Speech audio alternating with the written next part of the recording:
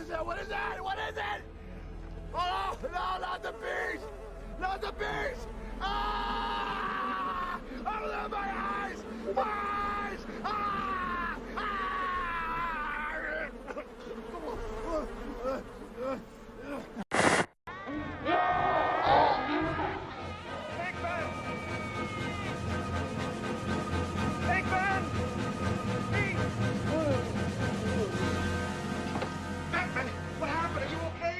Slimed me. That's great! Actual physical contact! Can you move? Ray, come in, please. I feel so funky. Spengler, I'm with Bankman. Oh. You got slimed! That's great, Ray. Save some for me. Get down here right away. I just went into a ballroom.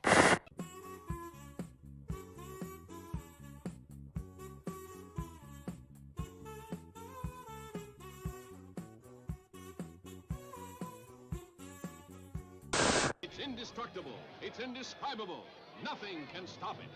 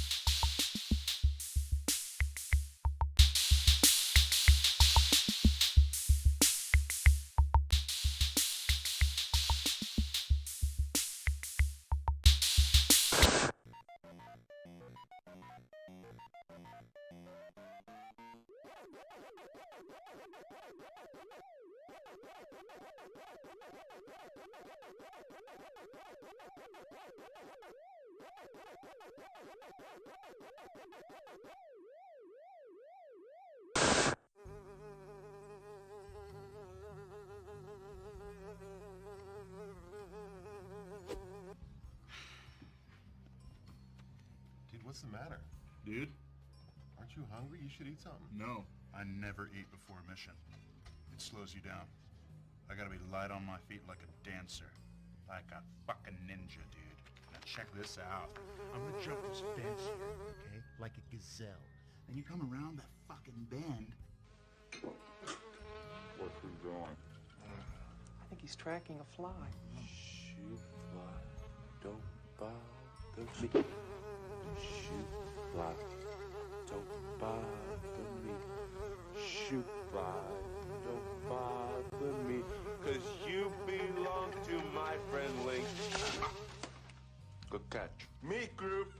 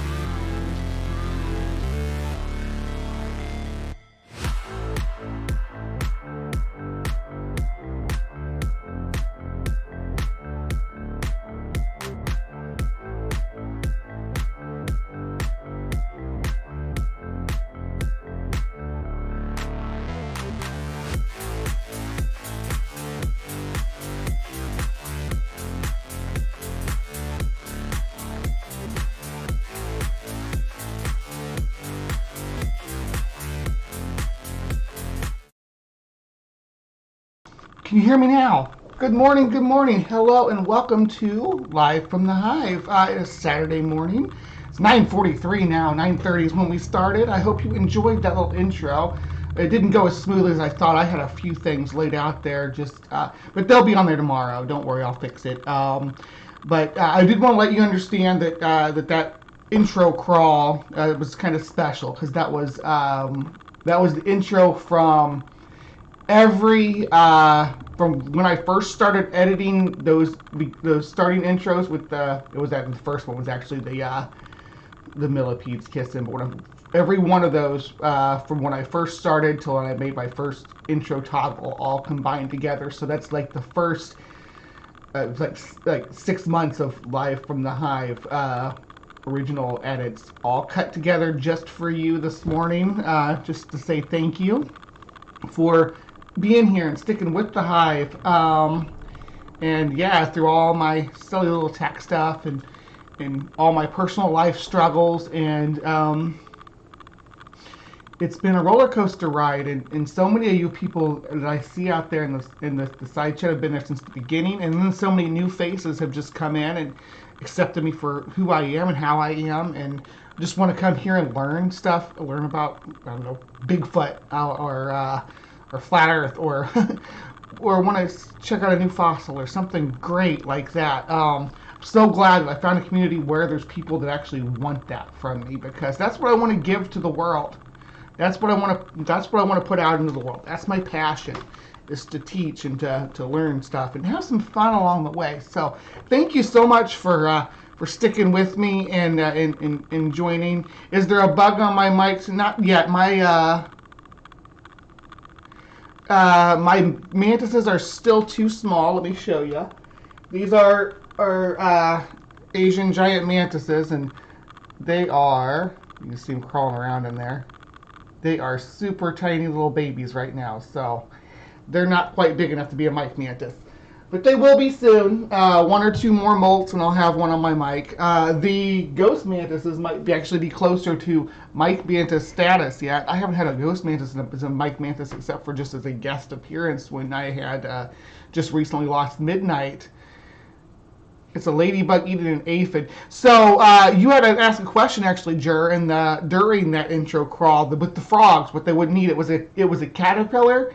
I had the species when I originally made that, but I don't have it on hand right now. But it is a caterpillar, one of the ones that have the hairs that irritate and annoy predators. So that is what we were seeing there. Quick update, and I'll recap this at the end of the show. I am going to be hanging out with Maya this afternoon. I don't have a timestamp yet, but be on the lookout for notification for Maya Atkinson if you're not subscribed. I think Maya should be in Bugbot's commands. Let's see. Can you do it, Bugbot? Can you do it? Yeah, we'll see. Anyway, and then Sunday I am doing the panel. So if you want to be part of that, there's going to be 6 rotating spots. It probably won't go too long, maybe an hour and a half. 2 hours tops. Yep, Maya's on there. Great. So I will be over there later this afternoon. Now, the open panel on Sunday is going to be it's the just a reflection of the Hive. I'm going to be talking about all the drama and stuff that got here. So, community stuff, people who have come and gone from my life, all of that we're going to be, I mean, on my life online, my presence online, and all the feuds and all that good stuff. One ring 42, yep, a little panel, but I only can hold 6, so it'll be 6 people, but they can rotate in and out. It's not all going to be about drama. I'm just teasing about that to try to lure you guys in. There's not even any feuds that I can think of off the top of my head besides maybe the stuff with Chris Mallard, but we'll talk about all that. No worries. And I didn't have a feud with Chris Mallard, by the way. That wasn't my feud.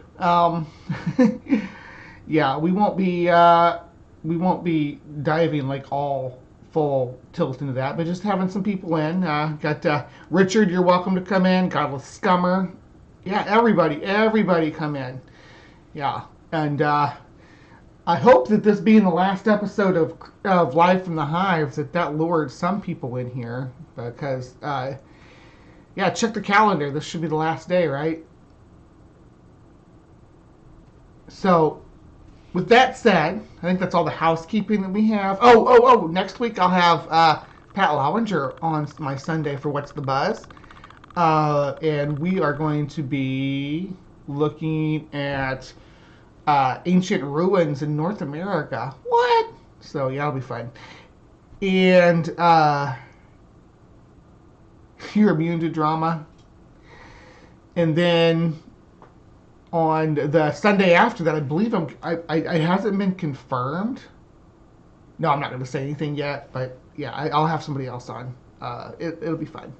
All right. So without further ado, let's move right into Cryptic Corner.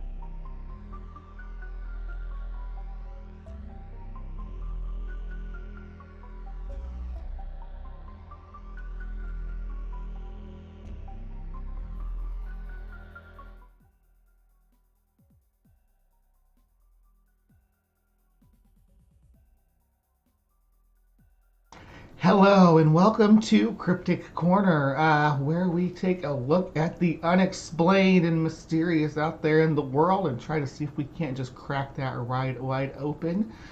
This is recorded live from the Hive on Saturday morning, so I do have a live audience with us. So I will be interacting with them as well, but thank you so much for joining us tonight. The show doesn't always feature a cryptid, but today it does. Or should it be considered a cryptid even, because it's just an animal, but an animal that was thought to be extinct. Are we revisiting the thylacine? No, we're not going to revisit the Tasmanian wolf today. No, we're not going to revisit any of those previously mentioned Lazarus taxon or alleged Lazarus taxon. No living dinosaurs or plesiosaurs here today. But I do want to pose a question to my audience. And please bear with me because I have just shuffled stuff around. It's supposed to be more useful, but would you like to see it? A mammoth alive? Yes, I would. Would you guys like to see a mammoth, a living, breathing, woolly mammoth alive and walking around? Do you want to see that? Is that an image that appeals to you? Because here we go. I don't know about this music, so I'm going to mute it. And if we need music, I can bump my cryptic music up a little bit. There we go. German photographer during World War II. And then we have this. Would you like to see it again? Heck yeah, I would. That was compelling. That was definitely a mammoth.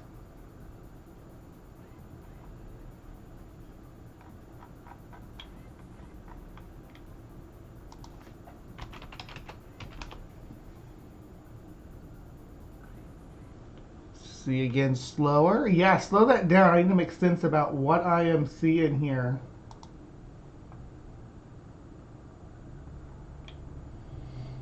Because that looks so compelling.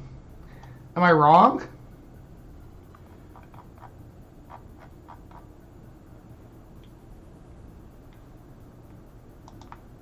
Am I confused?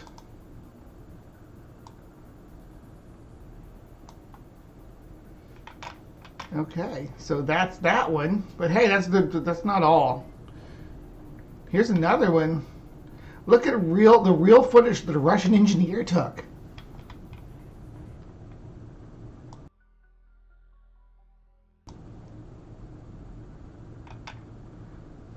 Let's see. Is that a mammoth? Crossing a river?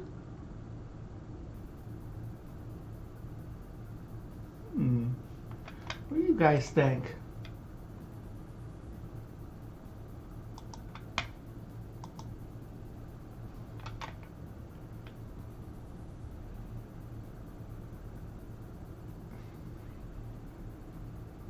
Now look at it again carefully and give me your opinion.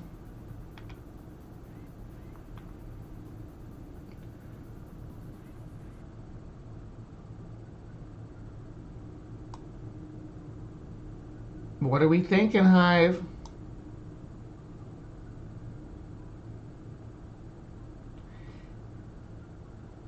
Shh, Bjorn, don't give away the spoilers. Why you gotta be spoiling? You're supposed to be like, I don't know. Could be a woolly mammoth. That's what you're supposed to say. Alright, so there was that. Ew, Lauren Boebert, get your face off my screen. So first, let's look at this. Stop buffering. I don't know what it's doing. I'm gonna refresh it though, and then mute it. So let's look at this guy again. Ooh, he's pretty compelling. I'm compelled by this one.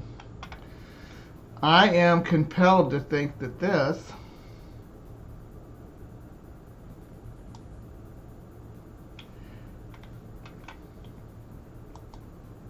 this mammoth. Why do you keep buffering for? See, that's why I guess I should just download the videos so that they don't buffer when I'm trying to go through them.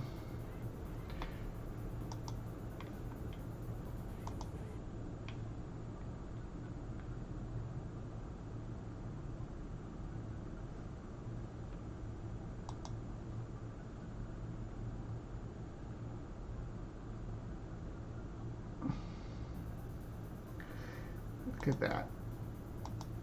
Right there. Look at that. That's so freaking... That's definitely a mammoth, right? There's no doubt about it. In my mind, I see people in the live chat saying, that is a elephant. That's an elephant. That's an elephant. That's an elephant. You are freaking wrong. This is a mammoth. There are some things about it that you can tell that you know it's not an elephant.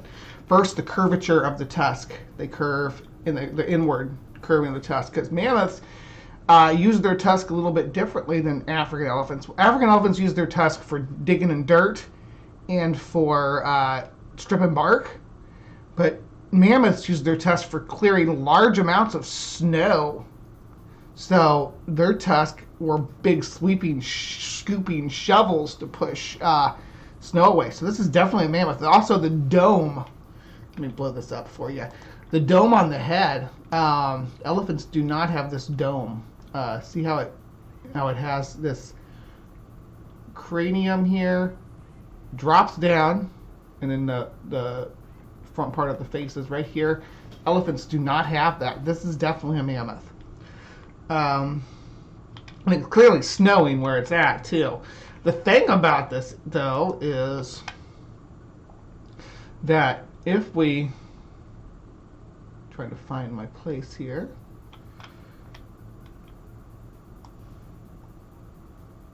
if we look into it, this is a scene from Walking with Prehistoric Beast, my favorite documentary growing up as a child. This is the mammoth model, which I still think holds up to this day. This mammoth model does. What they did, this is just a freeze frame of it. What they did was they took this portion here, and they cropped it out, and they mirrored it. See, then they mirrored it, gave a little bit of a stretch, and put it in black and white. Voila! It is a mammoth! The second one,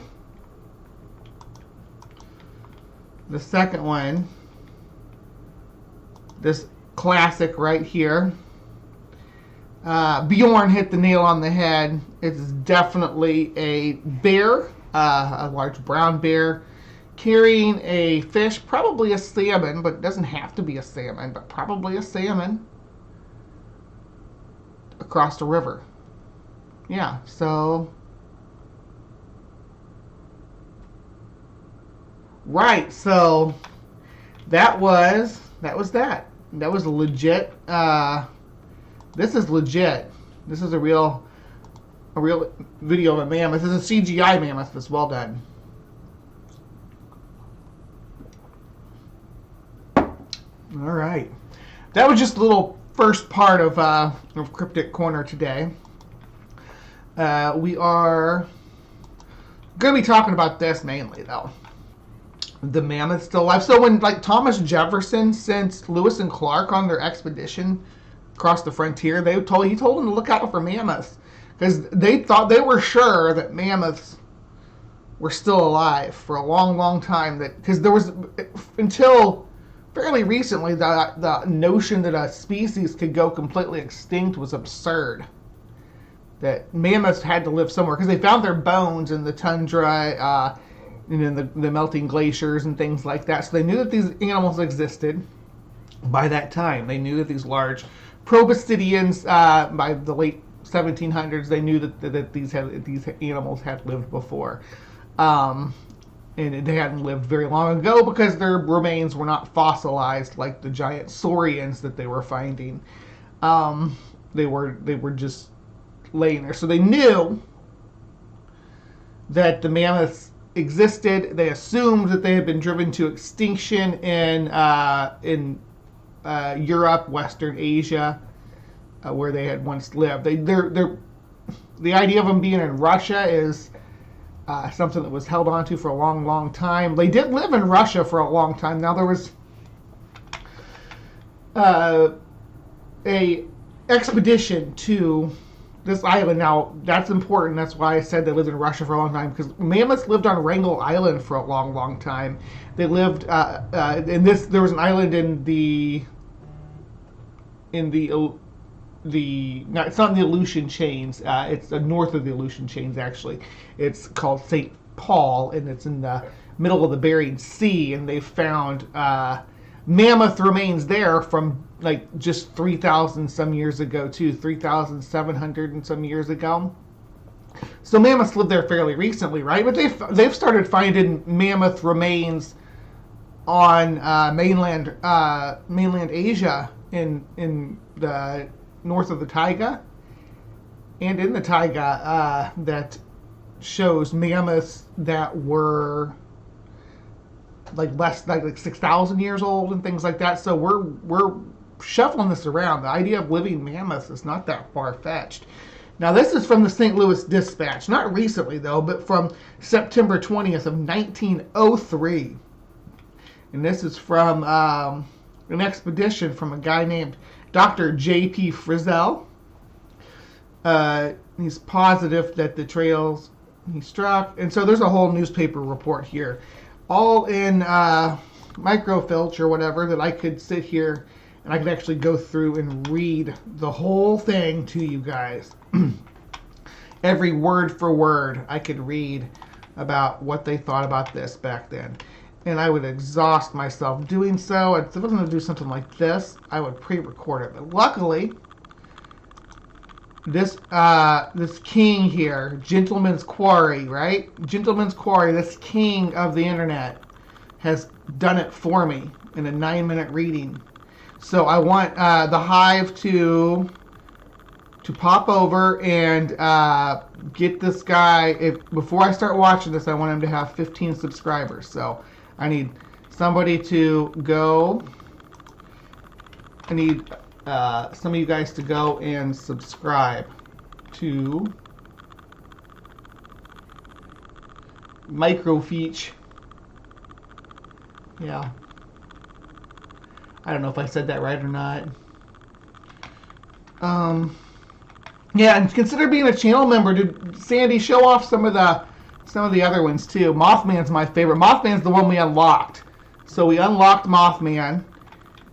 And then, yeah, I need to just get 3 more subscribers for him. 3 more. Come on, guys. He's reading old newspaper stuff and things. He's only got 11 subscribers, and if you hear, I mean, he's not perfect, but when you hear this, it takes a lot of work. Race riots in Washington, riots in the Capitol. He's got some good content here. Let's show some love. I don't know, it's just a small channel. Yeah, look at those gorgeous emojis you get for joining the Hive. A mantis emoji. I've been waiting my whole life for that. All right, so come on. Give our friend here. There we are. There's the 15. Thank you, Gentleman's Quarry. All right, so. All right, let's give this a listen. Again, this is just going to be a reading. Actually, you know what? I'm not going to do this. I'm going to play it, and then I'm going to pull up the newspaper report. So this is what we're listening to.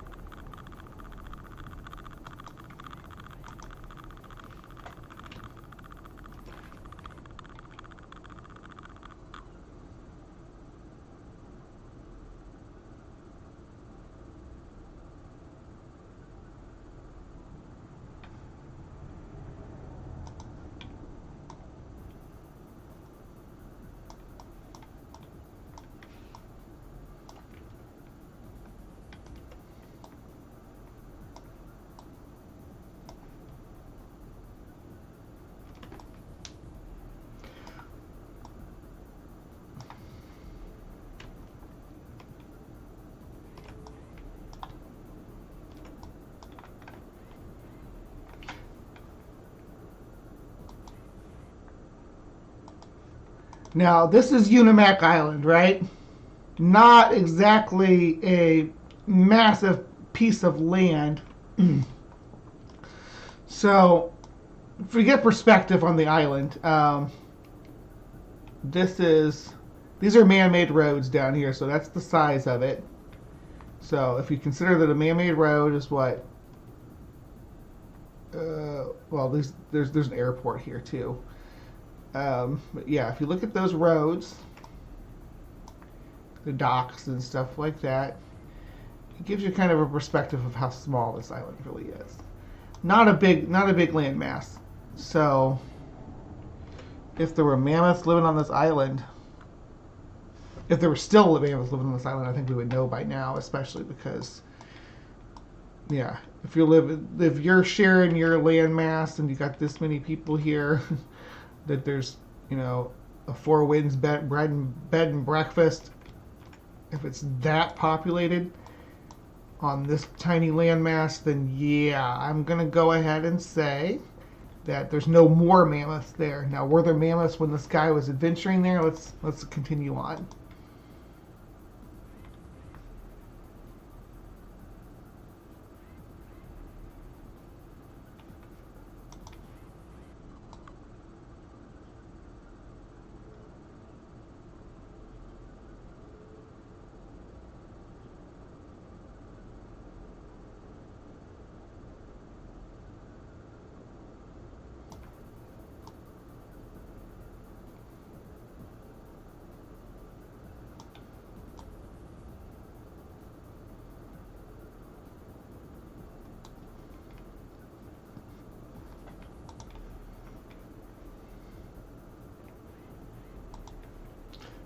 Yeah, the monster which made the tracks is being...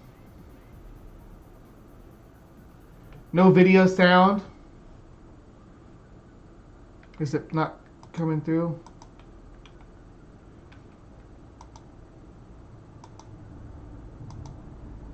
Ah, dang it.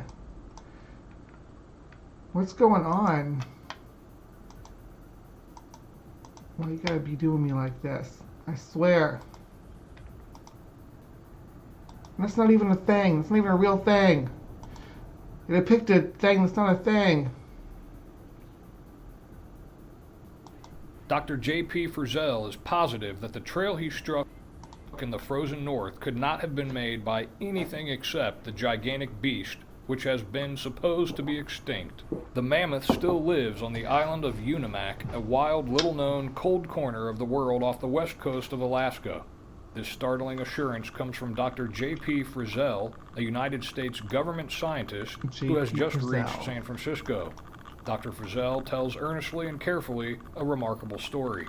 He says he was exploring the island, which had been wholly unknown except for its active volcanoes.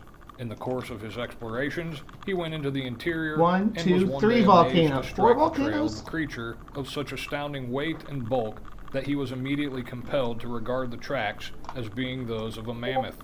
Dr. Frizzell was quick to appreciate the importance of his discovery. In the wilds of an Arctic stand, he had found a living representative of an animate species which has been long regarded with wonder, but considered wholly extinct. He examined the tracks closely and assured himself, but none that a member of the elephant family could have made them. They were unlike the tracks of a bear. They were too large for the tracks of a modern elephant, which is, moreover, never found north of the tropics. They seemed to be fresh, and the weight of the creature had been such that the imprints... Yeah, I'll definitely edit that out. I don't know what the deal is with that. I've had the sound locked in on this system for so long, and I go in there and mess with it, touch one thing, and it all falls over like a series of dominoes. So I appreciate your patience and everybody sticking in here with me. Yeah. No sound for the second video. Yeah. Well, I appreciate everybody giving this guy some love anyway, because, yeah, this is... Let's continue on. Of his feet were left 4 inches deep in the firm ground. The doctor measured them, counted the toes, observed the structure of the foot, and followed the trail for many days, hoping to catch sight of the monster which made the tracks. He was assisted in his search by... Well, saying counted the toes is kind of a peculiar thing to say about elephantine tracks. Not to say you can't detect the toes, but generally, and especially in something like in a substance like snow, an elephant track is going to just be kind of a rounded, slightly oblong oval.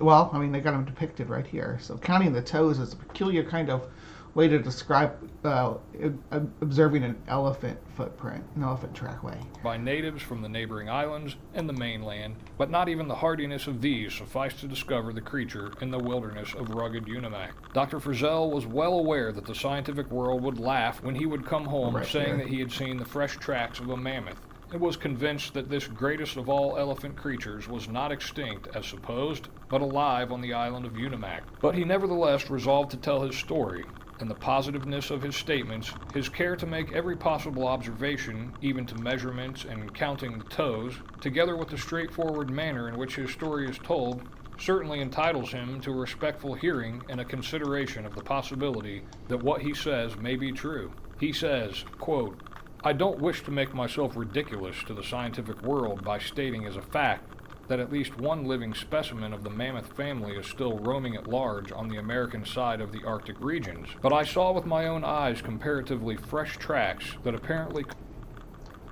So this is, these are like direct quotes right here, so this is what he's saying. Just so you know, could not have been made by any other kind of animal but a mammoth. I ran across the animal's tracks in the island of Unimak, which is 125 miles long and 26 miles in width. It is about 400 miles from the mainland, and animals can walk back and forth from land. The tracks could be distinctly seen in the ice and snow, and I followed them for quite a distance. They sank 4 inches into the hard frozen ground. They were 4 feet apart, showing that distance to be the stride of the animal. The dimensions of the tracks were 19 by 20 inches.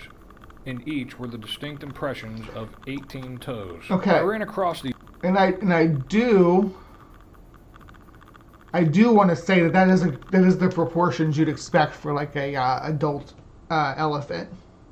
The 18 by 20 inches or 19 by 20 inches is just about right, just about perfect for an elephant footprint. Now, again, the toes, and I think, I want to say, how many toes did he say? Of the tracks were 19 by 20 inches.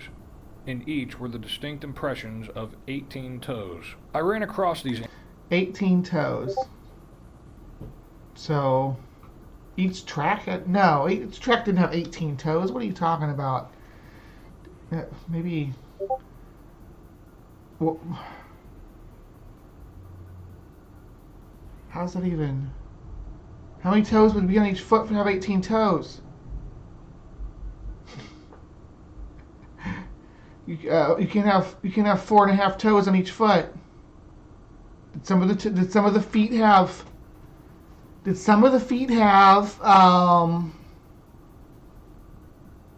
4 toes and some of the feet have 5 toes? Hippotoes. Hip toes. Hippo toes? Is that Pixie and Maynard? And hey everybody. Hey, I have people on my side chat. When did that happen? I thought it was just me and Sandy hanging out. Where'd all the rest of you guys come from? Now I know that we had Rick here and all kinds of cool people, but folks are rolling in now to find out how many toes a mammoth has. How many toes does an elephant have? I didn't even look that up. I don't even know that answer to that. How many toes do elephants have? Each elephant foot has 5 toes. But not every toe has a toenail. Okay.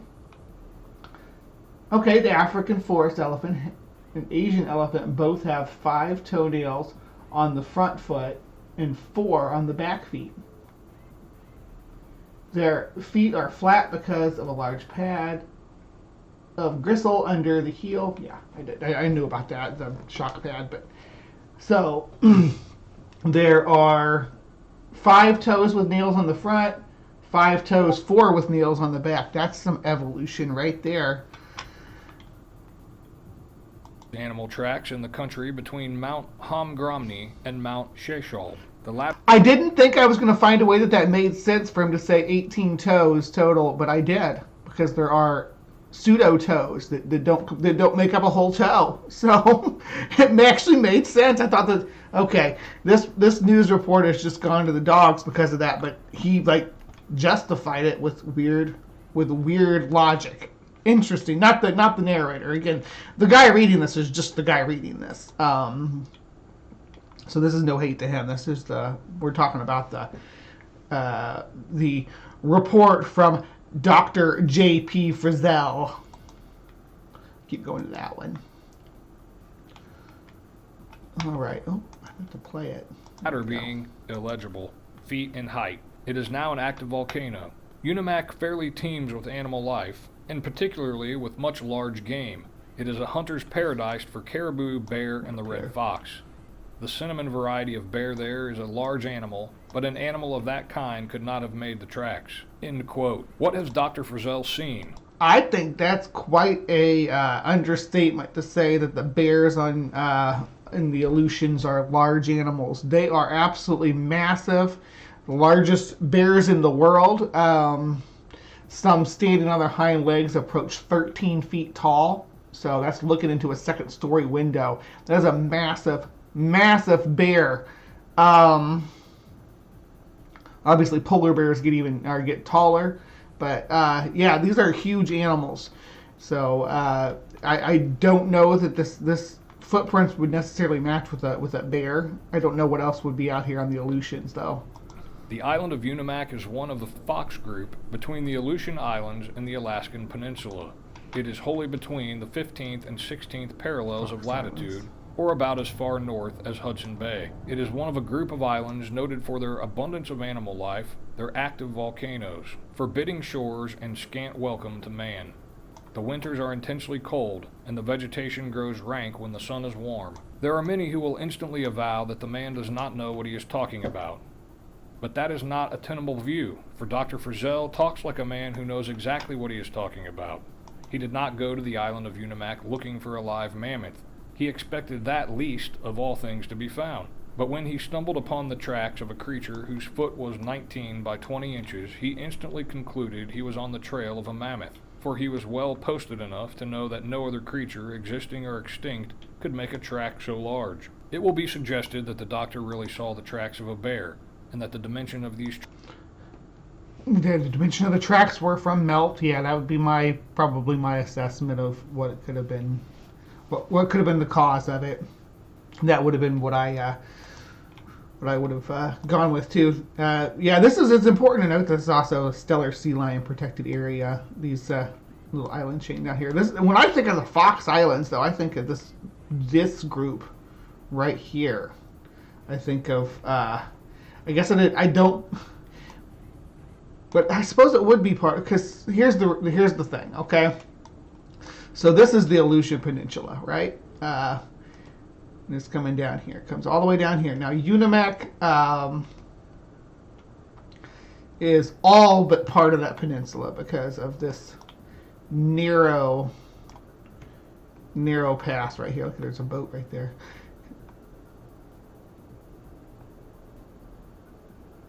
So, I don't know. I guess I just never considered it part of the Fox Islands because it's like butt up against, I mean, literally, as they share a sandbar here. Butt up right against the main peninsula, and then the Fox Islands I think of as these ones from, what's this one? Ugamak Island to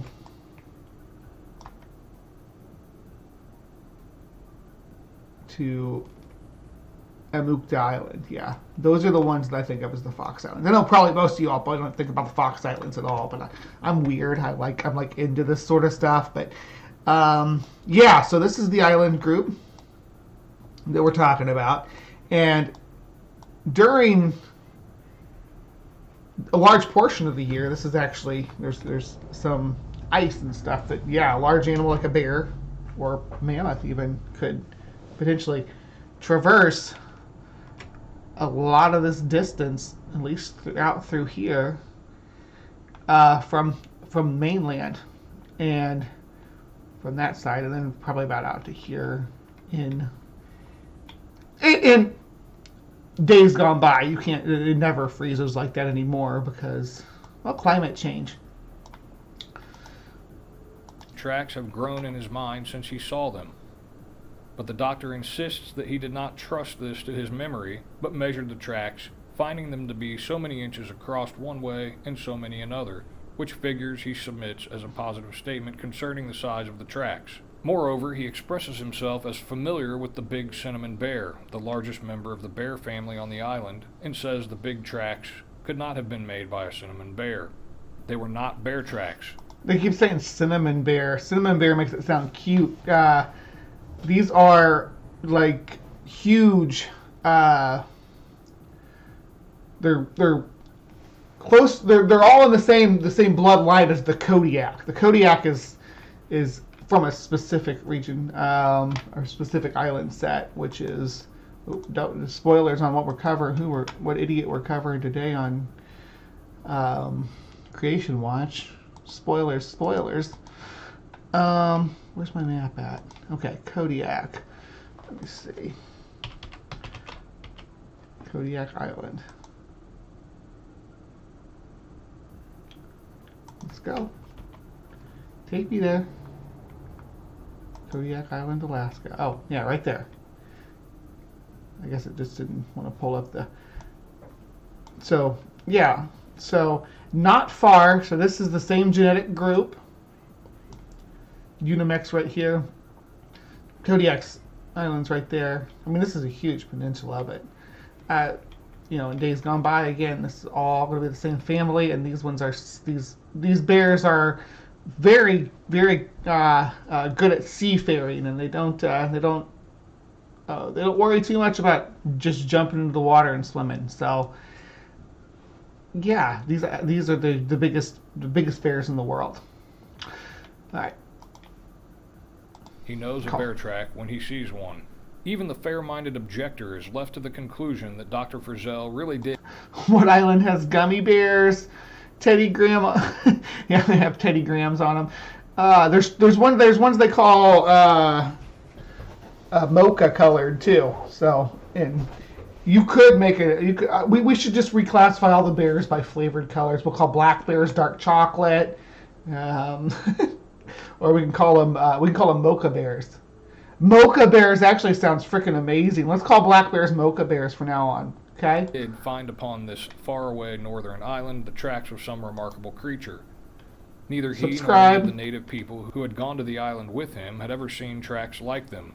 The doctor's familiarity with the great mammoth prompted him to believe that there were mammoth tracks. Admitting then that the doctor knows what he is talking about and also knows what he has seen, the incredulous will ask if it is not possible that the tracks are old, very old, having been there ever since that remote age in which the last of the mammoths laid down in death in these northern ice fields, where the carcasses of the great creatures are found in such numbers, many of them perfectly preserved in the ice.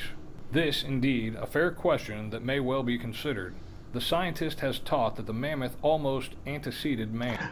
If I had to flavor polar bears, I'd make them peppermint, Spooky. Peppermint polar bears. Or vanilla, maybe.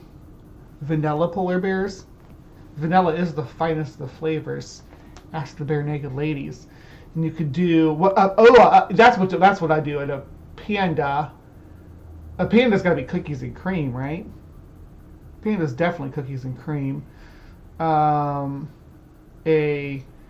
Andean bear would be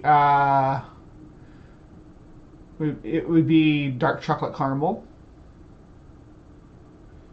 A sloth bear would be milk chocolate cinnamon. And yeah, the American black bear would be dark chocolate. The Asian black bear would be so the American black bear can be mocha, and the Asian black bear, because it's got the V on its chest, the lighter colored, in the cream color. So we're gonna take that into consideration, and we're gonna call that. These are like coffee flavors, so let's call it a.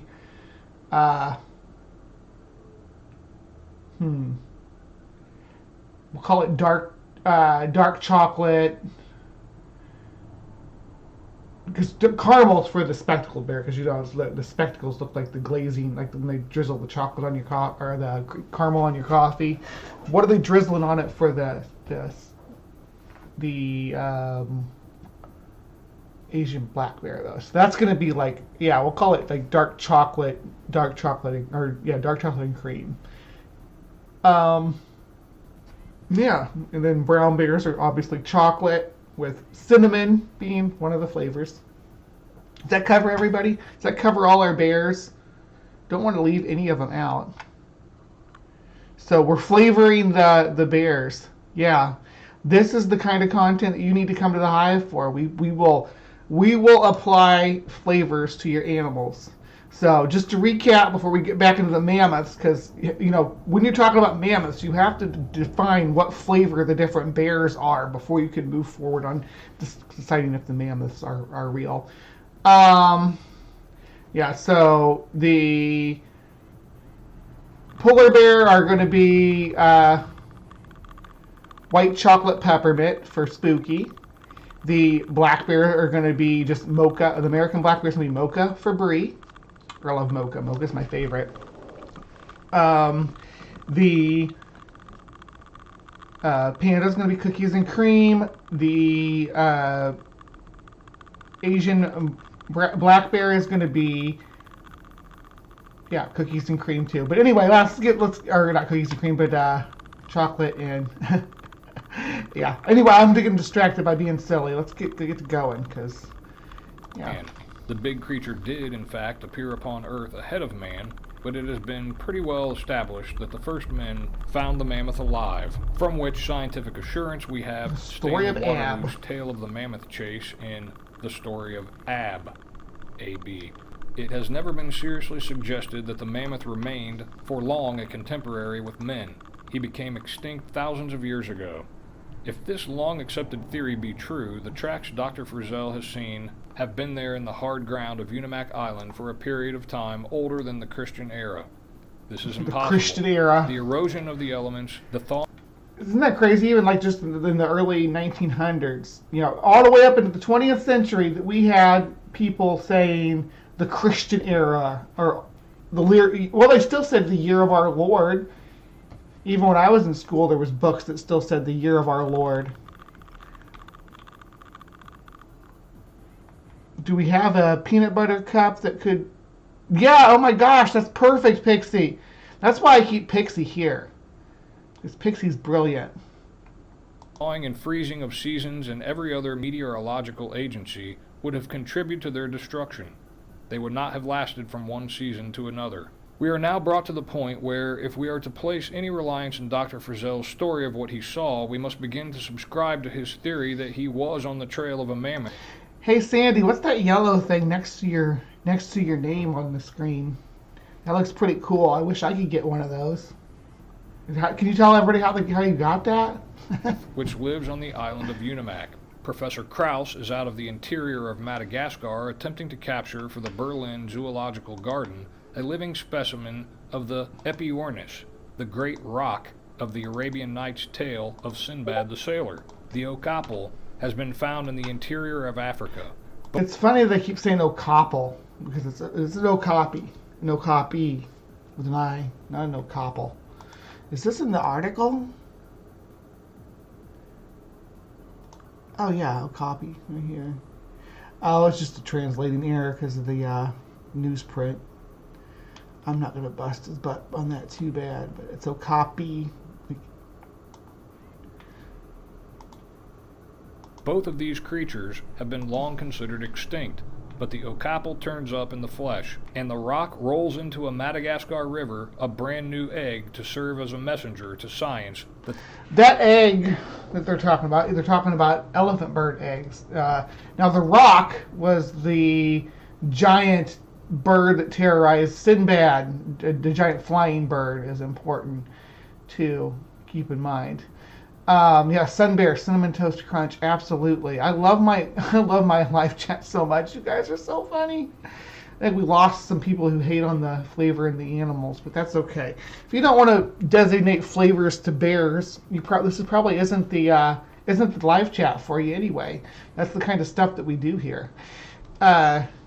But the rock, so that's the thing about the elephant bird. The elephant bird, they were made of the elephant birds, and the idea that early sailors might have seen elephant birds and thought that they were the chicks of this giant flying bird, because elephant birds were ratites, and ratites, especially in tropical climates, tend to have a lot of neoteny that makes them bald. So the speculations that elephant birds didn't have feathers on their head, like an ostrich doesn't have feathers on its head, at least at the time that this article was written. But they thought that they were the chicks of some giant flying bird. They had to be, right? And elephant birds were huge. They were like 500 pounds.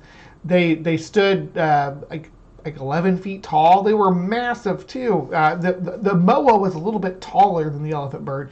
The elephant bird was almost twice as heavy, though. They were huge, and they lived in Madagascar up until like the 1500s. Or 1300s? I don't know. It was around the time that Europeans started showing up. So this guy saying, oh, that proves that the rock was real. But the rock really wasn't anything like, and I say rock like ROC, not rock like Dwayne The Rock Johnson. Or Kid Rock. The Rock of Sinbad still lives and thrives. Listeners note, I'll have more on the rock later in a separate story. Back to the article. It is not unlikely that Dr. Frizzell may find some learned men coming to his support when the storm of incredulity has passed. There's no incredulity reason why all the mammoths should be dead. They were creatures of great strength and could not have been the prey of creatures greater than they. They did not belong to that uncanny and impractical creation which gave the world the great dinosaurs. They were as fit to survive as the elephants. The elephants were their contemporaries, and pastured side by side with them upon both the hemispheres. Yet the elephant still lives and thrives. The agency that destroyed the mammoths did not destroy the elephant. Why then should the scientific world refuse to look for a living mammoth in some favored corner of the earth? And what likelier place than Unimak Island? The far north was the mammoth's chief range. It was there the great pachyderm is found in the greatest numbers, his skeleton in the ravine, or his carcass preserved in ice. Not an explorer in the Arctic country, but has returned to tell of the wonderfully preserved mammoths, with their long hair and the flesh still clinging to the bones. Isn't it possible science could be mistaken in its assumption that the mammoths are all dead? Is a live mammoth on Unimak Island any more of an improbability than a living rock bird on Madagascar or a live okapi in Africa? Dr. Frizzell's theory becomes the most tenable when it is understood that Unimak Island or some island or mainland in that part of the world would be the first field explored by any scientist who did believe the mammoth still living and was determined to find one. I would agree. I would tend to agree that I would look around like Russian and Alaskan and Canadian islands if I was looking for living mammoths. I do agree. But I don't think there are any, but that's where I would look. This would have been true had Dr. Frizzell never visited the island, for the last signs of the mammoth are in that part of the world. There, science has said for years, he was last alive. Why not still alive? Dr. Frizzell expresses his determination to return to Unimak and find his mammoth, just to prove to the world that he is not the author of a hoax. It's perhaps easier to believe there is a live mammoth up there than it is to believe the doctor will catch it. It's September 12th, 1903. The join link to join the Hive is not pop. I thought it popped up underneath my screen. Hold on, I'll get it to it in just a second here. Let me close out Cryptic Corner real quick. So, and then we'll talk about that before we move on to CreationWatch. I'll talk about the join link and see if we can't make that happen. So, yeah, that was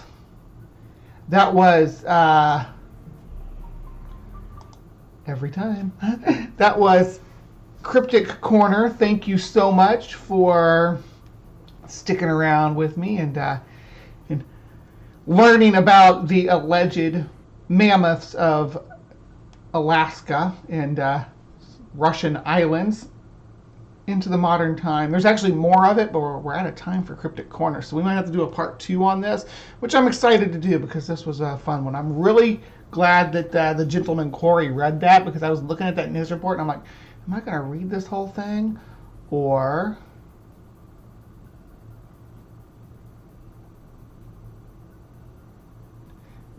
yeah.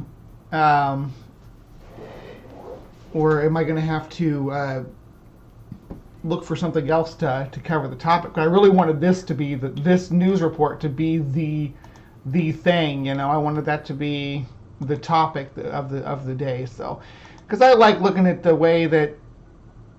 Oh, almost forgot. Before I move on. I had this one too. This one is not quite as compelling, but you guys tell me what you think. I thought this was hilarious. Alright, welcome back, ladies and gentlemen. Take a look at this footage. Woolly mammoth spotted. Now this is all completely according to the source. We're just bringing you this footage.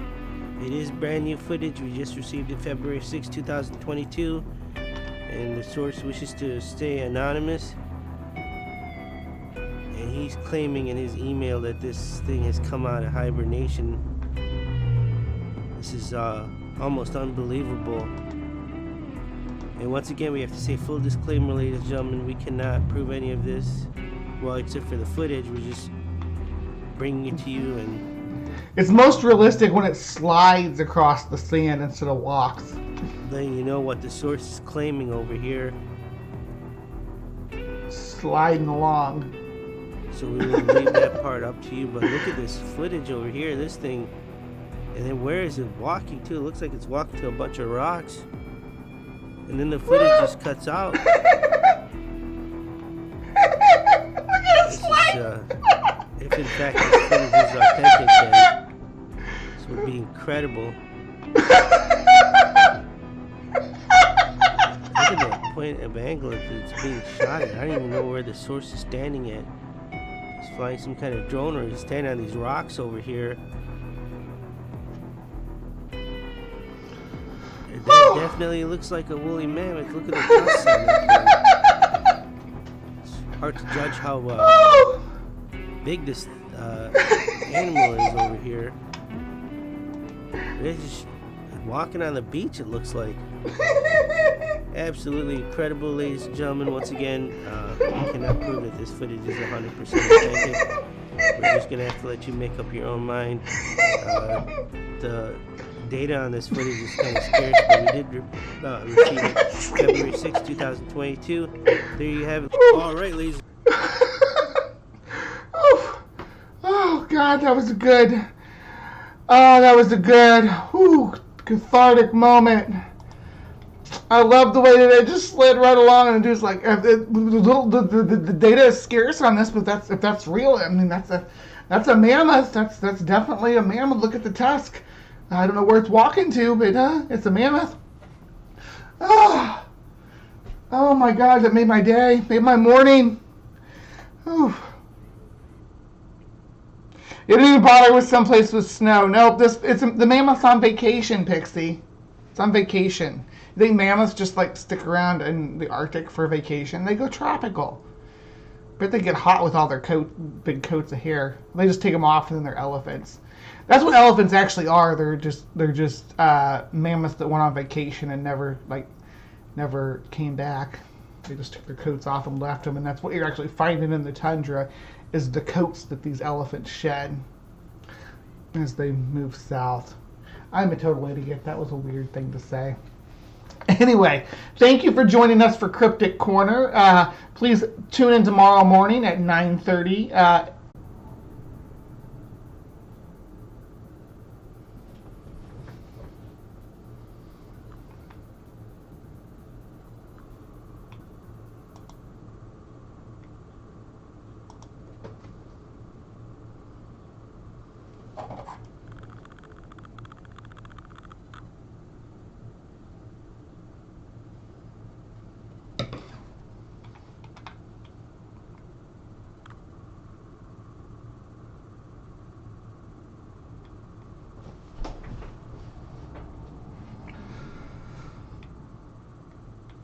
I'm having a hell of a morning, guys. Let me just tell you, I'm having a hell of a morning. Thank you for sticking with me. This is, I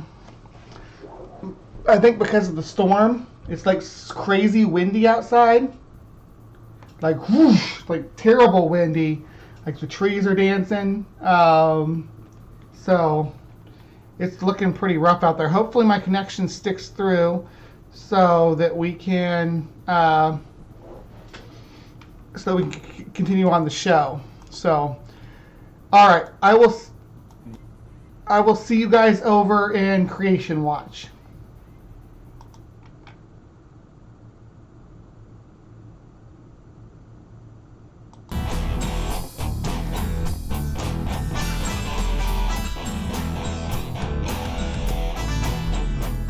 Evolutionary arms race. So that's why you get run into a lot of problems with people misunderstanding evolution, because they're like, oh, this animal hasn't changed for millions of years. It's because it's been and that's never true, by the way, but that's because it's been accustomed to that ecological niche for all that time, and it doesn't mean it hasn't been challenged for that. It just means it came out on top every time. Sharks are a good example. They're well adapted for their environment. They aren't going anywhere, well, until now, so we started killing them and eating them, but or just killing them for fun. When there's an extinction event, that's when we get what we call, it's a punctuated equilibrium. Otherwise, you experience gradualism, but when the extinction event happens, whether it's disease-driven or natural disaster, whatever, all the life forms die out, it creates basically a niche vacuum where new forms of life get to try their hands at things that their ancestors weren't able to do before because of the competition. Animals move into these more specialized niches, though, makes them more susceptible to extinction events, or obviously we're in the middle of the Anthropocene right now, where we're the extinction event, and the specialized animals are the first ones going, especially the large ones. That's one of the most specialized niches you can be in, is a large browser or a large grazer. Especially large browsers, though, because they tend to be more of a K strategist in their reproductive methodology. Speaking of, would you guys like me to talk about R strategy and K strategy? I might be able to get some friends together and maybe do a little talk about that.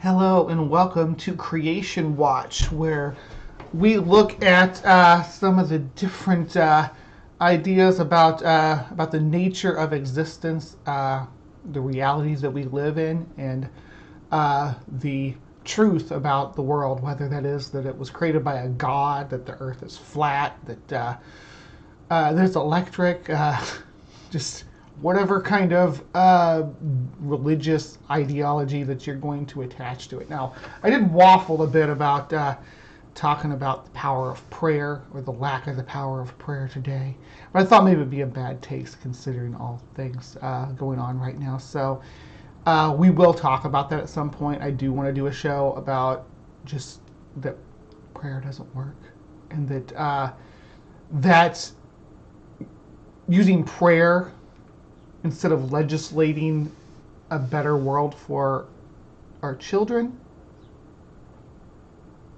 is gross. That answering violence with prayer is not enough. But I'm not going to talk about that today, because that's not the topic on the floor. The topic on the floor is a new topic, though. It's actually something that, or someone I've never covered before. I know that you guys know this person. Even if you don't know, you know who this person is. You'll recognize him as soon as you see him. If you didn't see him on earlier on when I had him on Cryptic, or when it actually popped over on CryptoCorner, this person does. They consider themselves a comedian, is what I understand. Actually, consider themselves now a right-wing comedian. They used to do kind of woo stuff, but let's let's talk about. Hold on here. Let's talk about. Dr. Peterson, I've been concerned about. Hold on. Here we go. Why is it not sharing?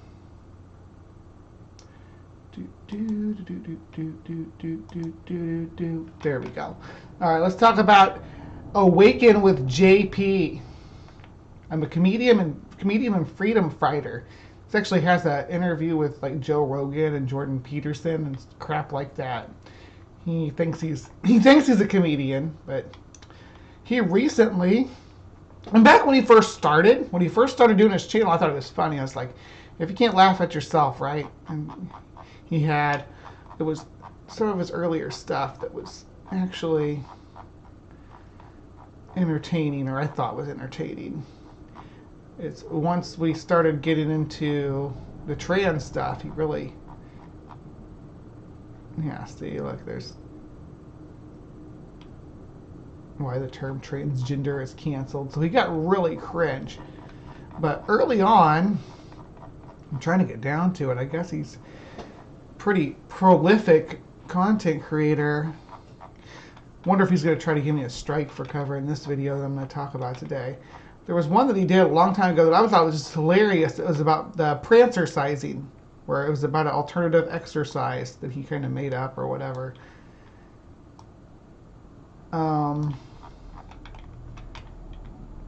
This one, yeah, this one I always thought was hilarious. Welcome to my raw vegan cooking show. Today we're making an exciting raw vegan cucumber pizza. As raw vegans, there's no reason why we can't enjoy the fun and flavor of pizza just because we don't eat pizza. I think you're really going to enjoy this fast, simple, and delicious pizza recipe. Yeah, this is actually funny. Let's jump in. Like with any pizza, there's three main components: the crust, the sauce, and the cheese. We're going to start with the crust. For the crust, we'll be using cucumber slices. Now you'll want to spread the cucumber slices around on your baking sheet in a circular pattern. Now I'm using thin slices of cucumber, which will give me the look and the texture of a fine, thin crust.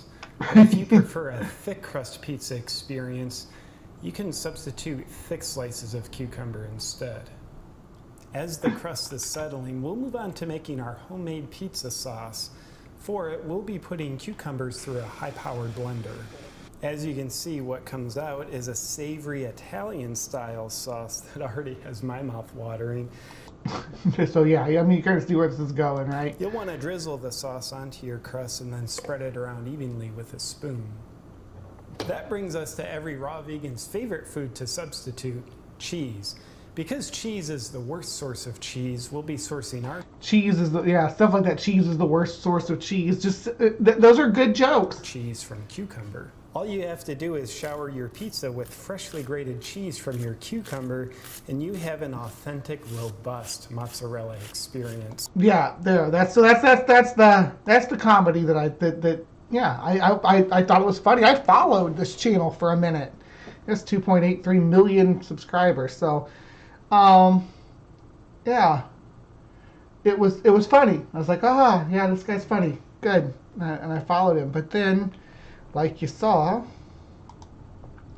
he kind of started, yeah, prancercising. That was the one I thought was funny too. It was like exercising, but just being basically exercising, but being like super femme about it is all that was.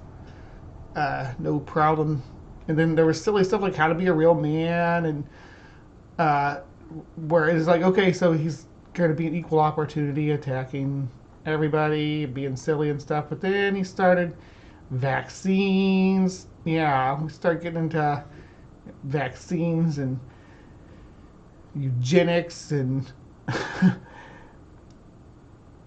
how did Arlington, yeah, this climate change denier. So he really went off the deep end, and you thought maybe that he was going to be based, which kind of sucks because he's a total chud, like a total chud. We're not, and not only that, but now This is the video that we're going to talk about right this moment. Is what I believe now and what made me change my mind along the... Okay. No, just rewind to the beginning. I was wrong. So accordingly, in this video, I want to share with you what I used to believe, what I believe now, and what made me change... You all can see the video title, right? I changed my mind about God. Here's why. So, Super Spiritual Life with JP, or Awaken with JP, or I think it used to be Super Spiritual Life, but I guess Awaken now, or something like that. Anyway, he's found God. My mind along the way. And also, very importantly, I want to share with you a few thoughts of mine that I have that will help us bring more God, not only into our lives, but also the world around us, which seems like it needs a lot more God right now. Because I don't know about you, but living in a world where Satan reigns and you and I and our families... Aunt Jur, is there somebody he ripped off for the Prancer size meme? Is there somebody he ripped off for that? I would love to see more details on that.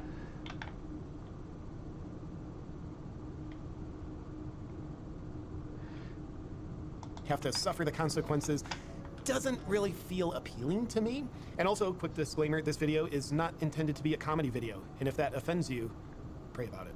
So what I used to think about God that I now say, yeah, I was wrong about, I used to have a lot of judgment about religion and Christianity, thinking like, it's not bad, but it's like, dude, that's so outdated, and like, get with it. Why are you religious when you could be spiritual?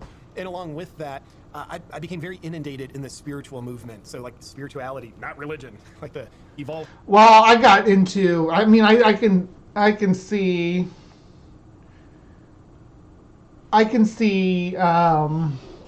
going down that route, right? There's a sincere lady about it that does the Prancer sizing, and he was just making fun of her. Okay. Well, he's a dick, so he does make fun of a lot of people. But yeah, I went down like a spiritual route too for a while. I tried to find meaning and purpose and all that good stuff, but it just didn't pan out. Thinkers are spiritual, not religious. They're also evolved enough to always have to tell you that they're spiritual, not religious. That was me. And while I was in there, I will honestly say I got a lot of benefit from spiritual teachings, like different teachers, different books, different... See, the thing about spiritualism, the most important aspect of spiritualism, if you ask me, and I think what JP's main, maybe his hang up on it and why it didn't work for it, because spiritualism in and of itself is not real. It's like not a real thing. There's no such thing as spiritualism. It's not like a real thing that can happen or that exists in reality. So being spiritual is not, I mean, come at me if you think that spirits exist and stuff. Bring me your evidence. I don't believe you. I think you're cray. If you think spirits and that you have a spirit, if you think you have a magic ghost inside of you, explain to me why you think that's evident. Because I don't believe in your magic ghost inside of you. Philosophies, I got a lot of benefit from that. But when I look back, I can see I was excluding some amazing traditional Christian values, beliefs of God, and ways of connecting with God that I now really value. But out of what I would call spiritual arrogance, I would... But there's no such thing as spiritual arrogance, again, because spirits don't exist, but neither does the God. So, I mean, that's a thing too. So, going from believing in one non-existent thing to another is not a... I mean, please, again, JP, come at me. You probably won't respond to we have this 1,000 subscriber trans channel, but yeah, please come at me with your spiritualism and your evidence that spiritualism is even a thing that exists, that has a practical application, because I don't think it does. I think you're just playing with your own psychology, which is triggering brain chemistry responses by psychodrama and ritual. Was excluding them, just judging them to be, oh, that's old, outdated stuff, and like, nah, y'all need to get spiritual like me. And with that, I didn't believe in the immense power of prayer. I used to think, well, prayer is probably a good thing. It'll maybe give you a more positive mood, a more positive outlook. But I didn't truly believe in the power of prayer, where people are directly... Which is evidently not a thing that's real. And this is why I got this video, because I wanted to touch on the power of prayer without actually talking about recent events. So thank you, JP, for that, if anything. So prayer doesn't work, like at all, in any capacity. Actually, the results from any study that we've done is either is the same results as chance or an inverse results when, like, especially when it comes to medical stuff. If you depend on prayer for medical treatment, there's actually inverse success of that. You actually get it tends to worsen your circumstances. I don't know all the factors on it. I know it comes down to expectation and then your mental state when your expectations of the success of your prayers don't pan out. Things like that. A lot of factors come into play. So. Yeah, I think he's just a grifter too, but I'm going to keep on it. Asking God for God's support and then receiving that support from God. Yeah, I didn't really believe that it actually happened. And in a minute, I'll get to directly telling you what my beliefs about God now are. But first, what changed me? What happened? What I see that changed my mind? Well, one observation I've had over the past 3 years, especially, I was #pandemic. Over the past 3 years, I found myself accidentally getting more Christian. Yeah, he's like a conspiracy theorist about the pandemic, and I think he's like, I don't want to say that he's like, have I heard him say white replacement crap? I think I have, but I don't want to say that without citations. Anyway, I can still hear. I'm going to pop over here real quick, check something. I'll still be listening. Like, without even intentionally trying, like setting out on a mission, like, hey, I want to become more Christian. It's just been effortlessly happening for me. Now, I don't think I'm unique there because I've seen a lot of people and I've heard a lot of people telling me similar stories. So I asked the question, why are people getting more Christian without even trying? Here's what I believe to be true about that. The presence of evil and Satan that evil emanates from has never been more obvious, at least in my lifetime. The past 3 years. I don't think that people are getting more Christian. Do you? I mean, has that been something that you've experienced? Chad, as far as, again, this guy's totally ignoring like the statistics that we see, because I have not seen any evidence that Christianity is growing. I've seen a lot of evidence that Christianity is on the way out. That the churches are at, like, especially since, like you said, the pandemic and stuff, that a lot of people they never came back. Never came back to church. Churches were already dying. This isn't hyperbole or anything. This is actually what numbers show. What the statistics show is a massive drop in religiosity among the population. Why? Yeah, more Bjorn's saying it right there. Statistics from his country as well. I'm giving statistics from the U.S. What country are you getting your statistics for that show that more people are becoming Christian? Because we don't see that in reality. Evil isn't hiding anymore. It's coming at us through authoritarianism, movements, people, groups, companies, governments, trying to invade our minds, invade our... And I get a lot of controversy for this too, because I don't believe in evil either. I think it's just a anthropocentric concept of what's best for humans, which has no practical application to me at all.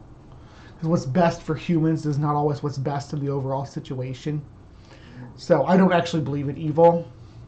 And I'm welcome anybody to challenge me on that as well. Somebody want to have a debate with me on evil, I'm here for it. God-given free will. So as that's become more obvious, I think there's a natural polarity that happens. If you're not someone who's willing to do the devil's bidding, if you're not someone who's willing to propagate evil, then there's a natural occurrence that happens. When you're in the presence of evil, you polarize to the other extreme. Like you may not even be consciously aware of it, but the presence of evil makes you lean away. And then, therefore, what direction are you leaning towards? Well, that would be leaning towards God. Certainly the opposite of evil, the opposite of Satan. It's God, you guys. You're leaning towards God if you lean away from evil, which is another thing that I don't believe in. So God and evil are both, if you lean away from one imaginary thing, you lean towards another. Satan's not real. People can be awful. people can be awful, but I don't believe in natural evils either, because how would you even define a natural evil? A natural evil would have to be good for no organism at all. That's not true. As long as an organism survives, as long as a single organism survives an extinction event, it was not evil for that organism. It was actually good for it and its descendants. So what the hell is natural evil? And then obviously the rest of it's all anthropocentric, which is nonsense. I don't believe in anthropocentric evil at all. And again, come at me. So I think that's seeing the presence of evil. That's why I've just accidentally been getting more Christian, why so many other people are. Because right now I think the evil that's in this world is doing a great service of driving a lot of people to find God in ways that they previously hadn't. And also specifically, we could say, hey, there is an attempt to bring communism all over the world, certainly in the United States. Communism! And we all know the death toll of communism, guys. It's 466 billion people. And growing every hour. Communism is so bad that it's actually went back in time and killed the dinosaurs. I don't know if you all knew that about communism. We don't call it that, but it is that. It is happening all over the world. We don't call it that but it is that. Then why don't we call it that? Because it's not really that, but because it is that, right? No, it's not. JP, you don't know what communism is? I doubt you know what socialism is. And they have you scared that social programs are socialism, and you conflate socialism to communism, and it makes you scared. Now I am a socialist, so I'm not. I don't know if I'm a communist, but I'm definitely a socialist. So I don't think you understand any of these terms. World. And there's a reason why communists have their #1 objective to disconnect people from God, where they ban religions, and of course right now it's more like discouraging it, shaming it, but wait a second. So you all have spent hundreds of years sitting on your throne as the biggest, most powerful religious force in the world since Constantine, and shaming anybody else and persecuting anybody else who had any different belief systems at all. And now you're like, oh, but now they're trying to do that to us and it's wrong. Now they're trying to diffuse people. No, what it comes down to is that they want to, like in a communist system, an actual communist system or an actual socialist system, the idea would be to assure correct information was disseminated to the masses. Because when in the system, how it would work in theory is that the people would make the decisions would literally be in the hands of the people, and the people would run their own government. So in a situation like that, yeah, the idea that you can't spread misinformation is beneficial to the society because it keeps it from being dissuaded and misled by lies, which is what religion generally comes down to. It's all like doesn't comport with reality.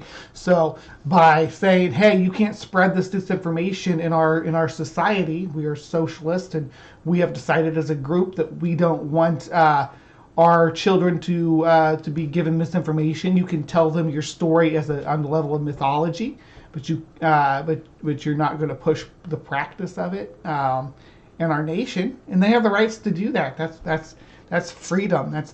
That's the freedom of these societies to do so. On communism, they ban religion. Why is that? Because they don't want people having faith in a real higher power. So if you again, it's really more of a banning misinformation. But there was, I think that maybe you're hung up on like Stalin. But Stalin used the Eastern Orthodox Church until it wasn't any use for him and used to him anymore. The church was hand in hoof with the government of communist Russia. It was partaking in that up until they lost their utility, I guess, and then There's more details to it than that. There's a lot more to it than that. But yeah, what the Chinese government's doing now is it's more so of a nationalistic reason for stomping out other religions, because like Chinese traditional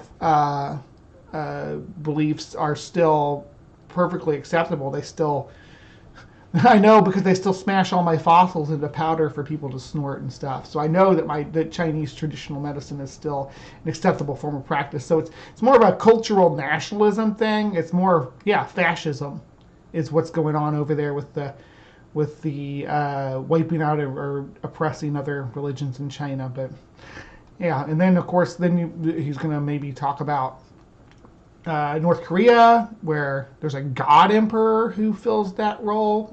He's their god. People to disconnect from God. If you get people to disconnect from the teachings of God and the ways of God, the belief in God. Because religion, as they say, is the opiate of the masses. So trying to de-opiate the population is what he's complaining about. Then those communists get to be your higher power. And honestly, they make a crappy higher power. They don't even make good fertilizer. Not a good substitute for God, but for people who want to control you, which is what evil is. So just right there, he called for execution. So that's nice. No, I don't know. Turned into fertilizer. Anytime someone tries to control you in a way that's not in your best interest, that's what I call evil. So for the force of evil, that is communism, wanting to control you. Wait a second. So anytime anybody tries to control you against your best interest is evil. What about the best interest of the society? So like, say you're a child predator, right? And you interact with somebody online, right? And then they do the sting on you. That's not in your best interest as the child predator. But it's in the best interest of the society to catch you, right? So that's not evil. It's not to catch a predator is not evil. They realize people who have a faith in a real higher power, God, they're not controllable. So we have to become their higher power. We need them to depend on us, not depending on their faith in God, but that we need them to depend on. What do you mean they're not controllable? They're religious people are the most controllable. That's literally what religion, in my opinion, that's the bottom line of religion is they have practically use. Look at you. Look at your whole channel. Look at the religious propaganda that you were spouting before you even became religious in just this video 7 days ago. You spent 4 years, as far as I can see, pushing their message, even though you weren't part of their belief system. Now they've got their hooks in you completely. They've won you over. They literally did the thing to you. They literally brainwashed you. They did the thing that you're talking about the communists wanting to do, except they did it to you. And now they have a figure that they can point to and say, this person, this is the ultimate authority that wants you to do this thing and that thing. Whereas, you're complaining about the communists wanting to get rid of God and say, hey, scientifically, this is the way to do things. Need us, be obedient to us, or else communism just doesn't work. And even when that happens, it still doesn't work, but nonetheless. Now, there's a lot I don't know, but one thing I do know is... Capitalism doesn't work, though. Capitalism has failed time and again. We're suffering the throes of the failure of capitalism as we speak in the West. What are you talking about? The only thing that's saving capitalism and keeping its head above water is socialism. Only the countries with strong social programs seem to be rising to the top. Even your hated China has better social programs than the U.S. does. That's why our country is kind of, I don't know, I don't want to say it's crumbling. It's kind of slipping though, while the rest of the world is passing us by because these archaic ideas that are tethered, again, hand in hoof with your religion. When you have faith in God, you are not controllable. You're not. The fear-mongering, When you have faith in God, you are more controllable. I challenge you on this, JP. I challenge you. When you have faith in God, you are more controllable because all they have to do is convince you that this is what God wants you to do. Easy peasy. Whereas somebody who doesn't believe in God actually has to use their own judgment, because you will go against your own better will, your own desires, your own needs to please an imaginary God. You won't do that if you're not religious. You won't oppress other people just because they're different. You won't do that because of, well, I shouldn't say you won't do that. You could still do that, but using your own judgment. But I think most of that's learned and cultural behavior. But religion gives you a free pass on doing it. The fear of death that ultimately all fear-mongering points to, like, hey, the climate's changing, the climate's going to kill you. Hey, look at this disease. Look at the death toll on the bottom of CNN. All that fear-mongering really preys on the fear of death that people have. But here's the deal. When you believe in God, you also therefore believe in the afterlife. You believe in heaven. So you don't really fear death the way you fear death if you believe there is no God. Why? Because you're like, well, okay. See, here's the thing too, is that's the problem with it. He just pointed out the big problem with these fundamental people. They don't care about like climate change because who cares? I'm not going to be here. I'm going to be in heaven. I'm going to be in heaven with Jesus. I don't care what happens to this planet after that.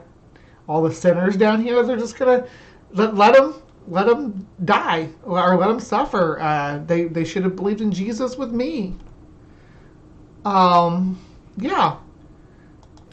If I die, which I don't want to, but if I do, okay, I'm in heaven. That's actually beautiful. Right. So the brave, bold freedom statement of it's better to die on your feet than live on your knees becomes something that people of faith will live by. That's why communists, globalists, anyone who wants to control you purposely try. You live on your knees when you're religious. Have you seen people pray? That is about religion, living on your knees. You are living on your knees for a imaginary God king. Yeah, you have to have the king by divine right is gone and done away with, and now you need to make a imaginary magical king in the sky to fill that void, and your need to be subservient. That's not everybody's desire, though. We don't all want to be on our knees before an imaginary king. We don't all want to swear fealty to a king. Tries to disconnect you from God because God's way is freedom. Evil constricts, God frees. God gives us free will. That's our expression of freedom. That's God's way. Nature gave you free will, sweetie. Or at least the facade of free will. Don't like that. Globalists don't like that because God's way makes you uncontrollable to them. And we can see that tyrannical authoritarians attempt to disconnect people from their faith in God. It's certainly at play now. Now, statistically, 50 years ago... It's literally the people trying to connect you with a faith in God are the tyrannical dictators. You're so weird, JP. I can't think of any major... But the Holocaust always comes up, and the Nazis, and they used religious ideology to control the people and turn them against the Jews and the Gypsies, and I don't mean to say that word. I'm so sorry. The Romani people. I'm gonna edit that out when I clip this. Sorry about that. I didn't mean to say a slur. I'm learning, so please forgive me. Anyway, so yeah, I don't even know what I was saying. 98% of Americans believed in God. Today, statistically, just 81% of Americans. And that's a good thing, because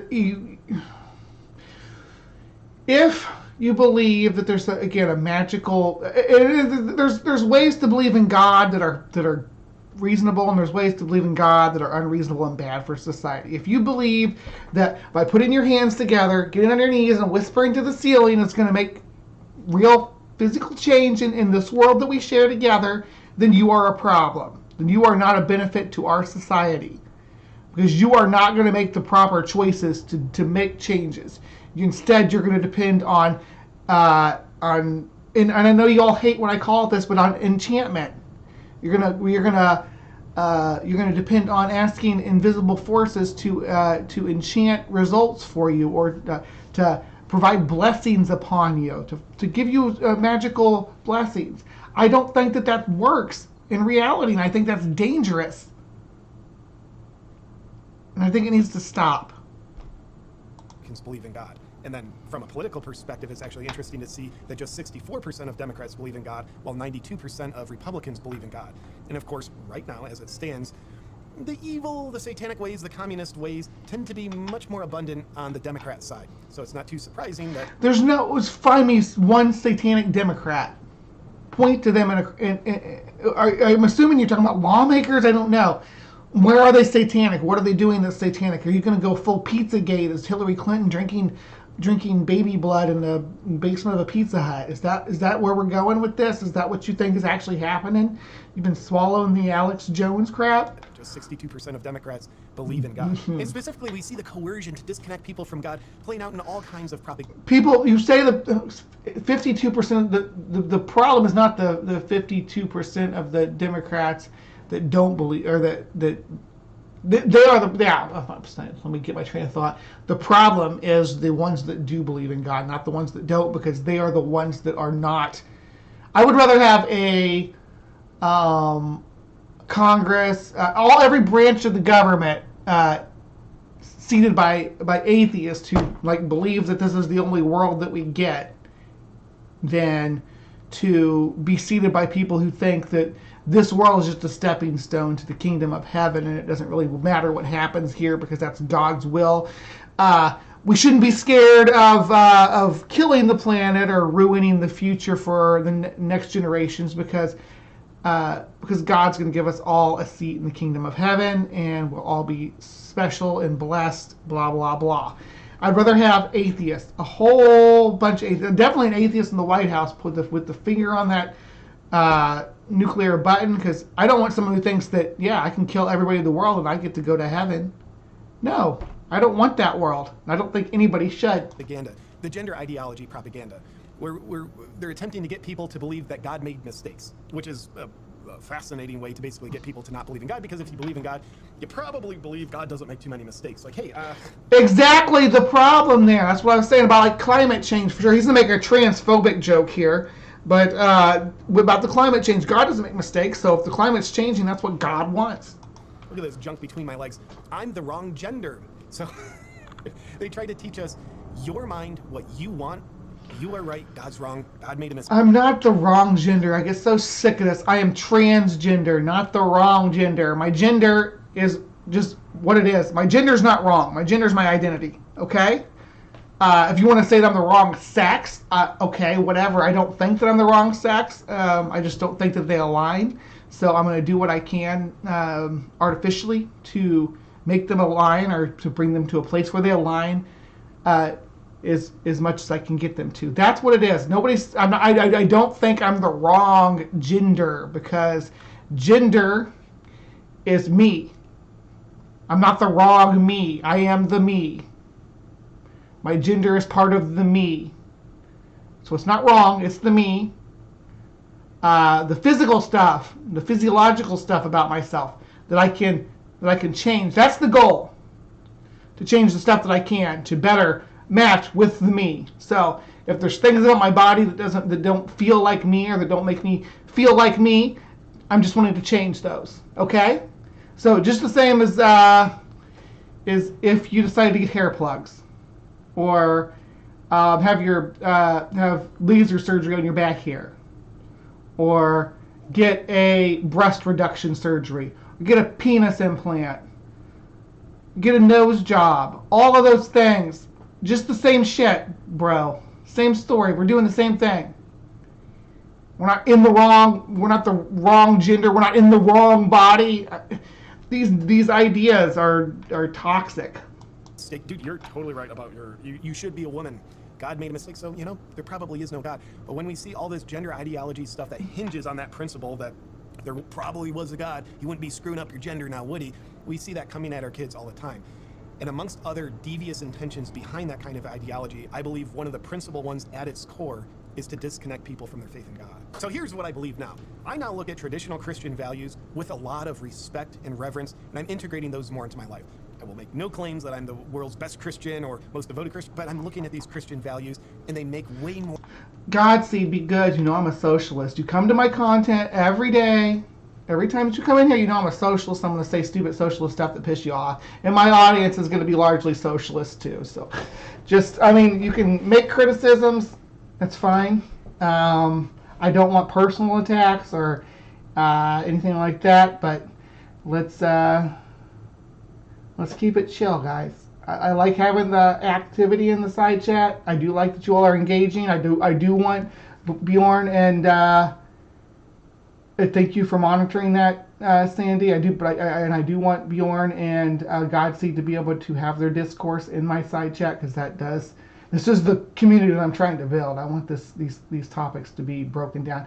So just monitor it, Sandy, and make sure that nothing. I got Jur here too. Aunt Jur's here, so just make sure that everybody stays chill. I don't care if we could disagree. I know we live in a capitalist society. I'm a socialist. I don't disbelieve in capitalism. I'm just a bitch about it. There's so many failings of capitalism that we could fix with a little socialism that I just think it's stupid that we don't. Let's not do idiot. Let's not name call. You're beautiful. I love you both. And anybody else? Tsunami, I love you too. Yeah, let's. But we can. Come on, I love you guys. Let's have fun. Live from the Hive. More sense to me now than they previously did. Christian values around faith in God. Christian values around family first. And I now believe that the power of prayer is the most important thing. And you understand that family first and the Christian value of family first is, he thinks it's like the nuclear family. That was not, again, I've harped on this so many times in the past, that's not been a normal standard for family until the last, 70 years. Prior to that, multi-generational families were the standard. You'd have grandparents, you'd have aunts and uncles, cousins, all living under one roof. Multi-generational households, or living in, like, my family did something, I still do kind of something like that. There's a little area of houses that they all built out in the country, a little neighborhood. They all live in the same house, but they're all clustered right there together. Which is great because it gave me a place to hang my head for a minute until I find an apartment. You and I can do. I believe prayer is powerful. I believe prayer brings about change. I believe prayer brings God into a place where... But it evidently doesn't, though. We see that it does not bring about change. It does not. The evidence shows that prayer is, if anything, it does inverse and does God is needed, where God has been absent of, where the evil has starved out the oxygen of God.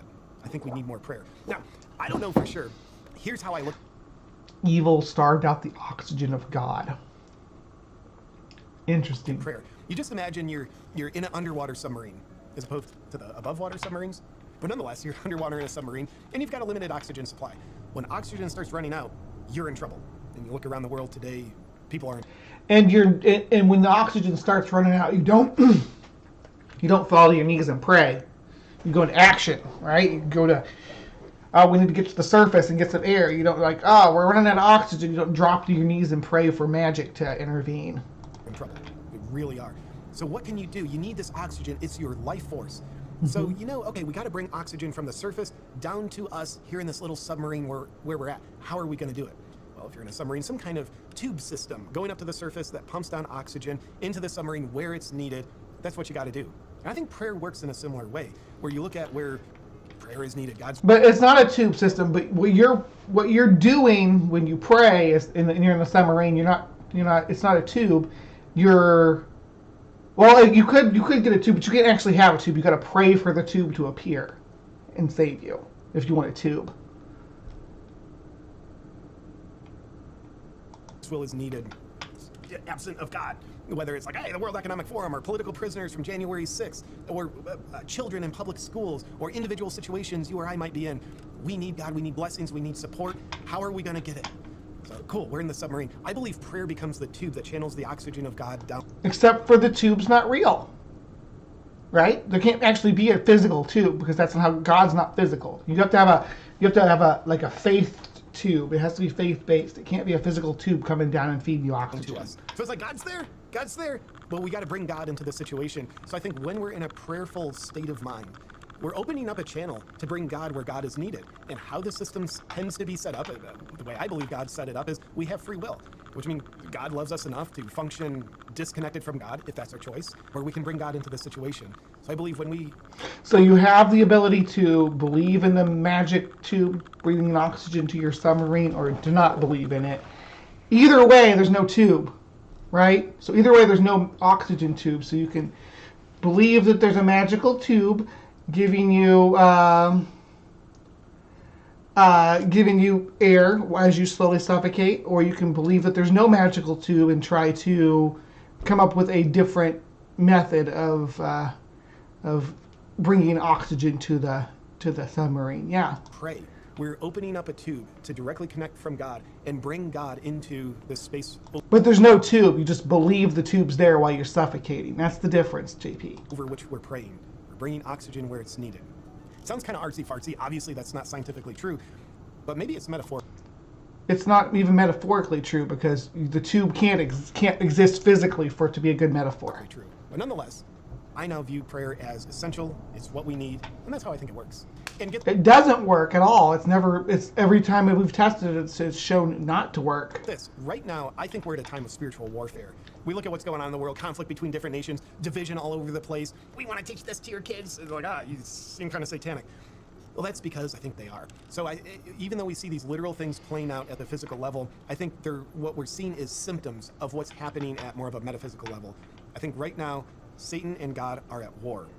But neither one of them are real, so Satan and God can be at war in your head. I think that might be something that's happening, but I don't think that they're actually having any kind of impact on the world. I think what you're talking about is that there are the social direction that our country is taking, that the world is taking towards a more progressive ideology that you're afraid of, makes you feel like, and you feel like it's evil.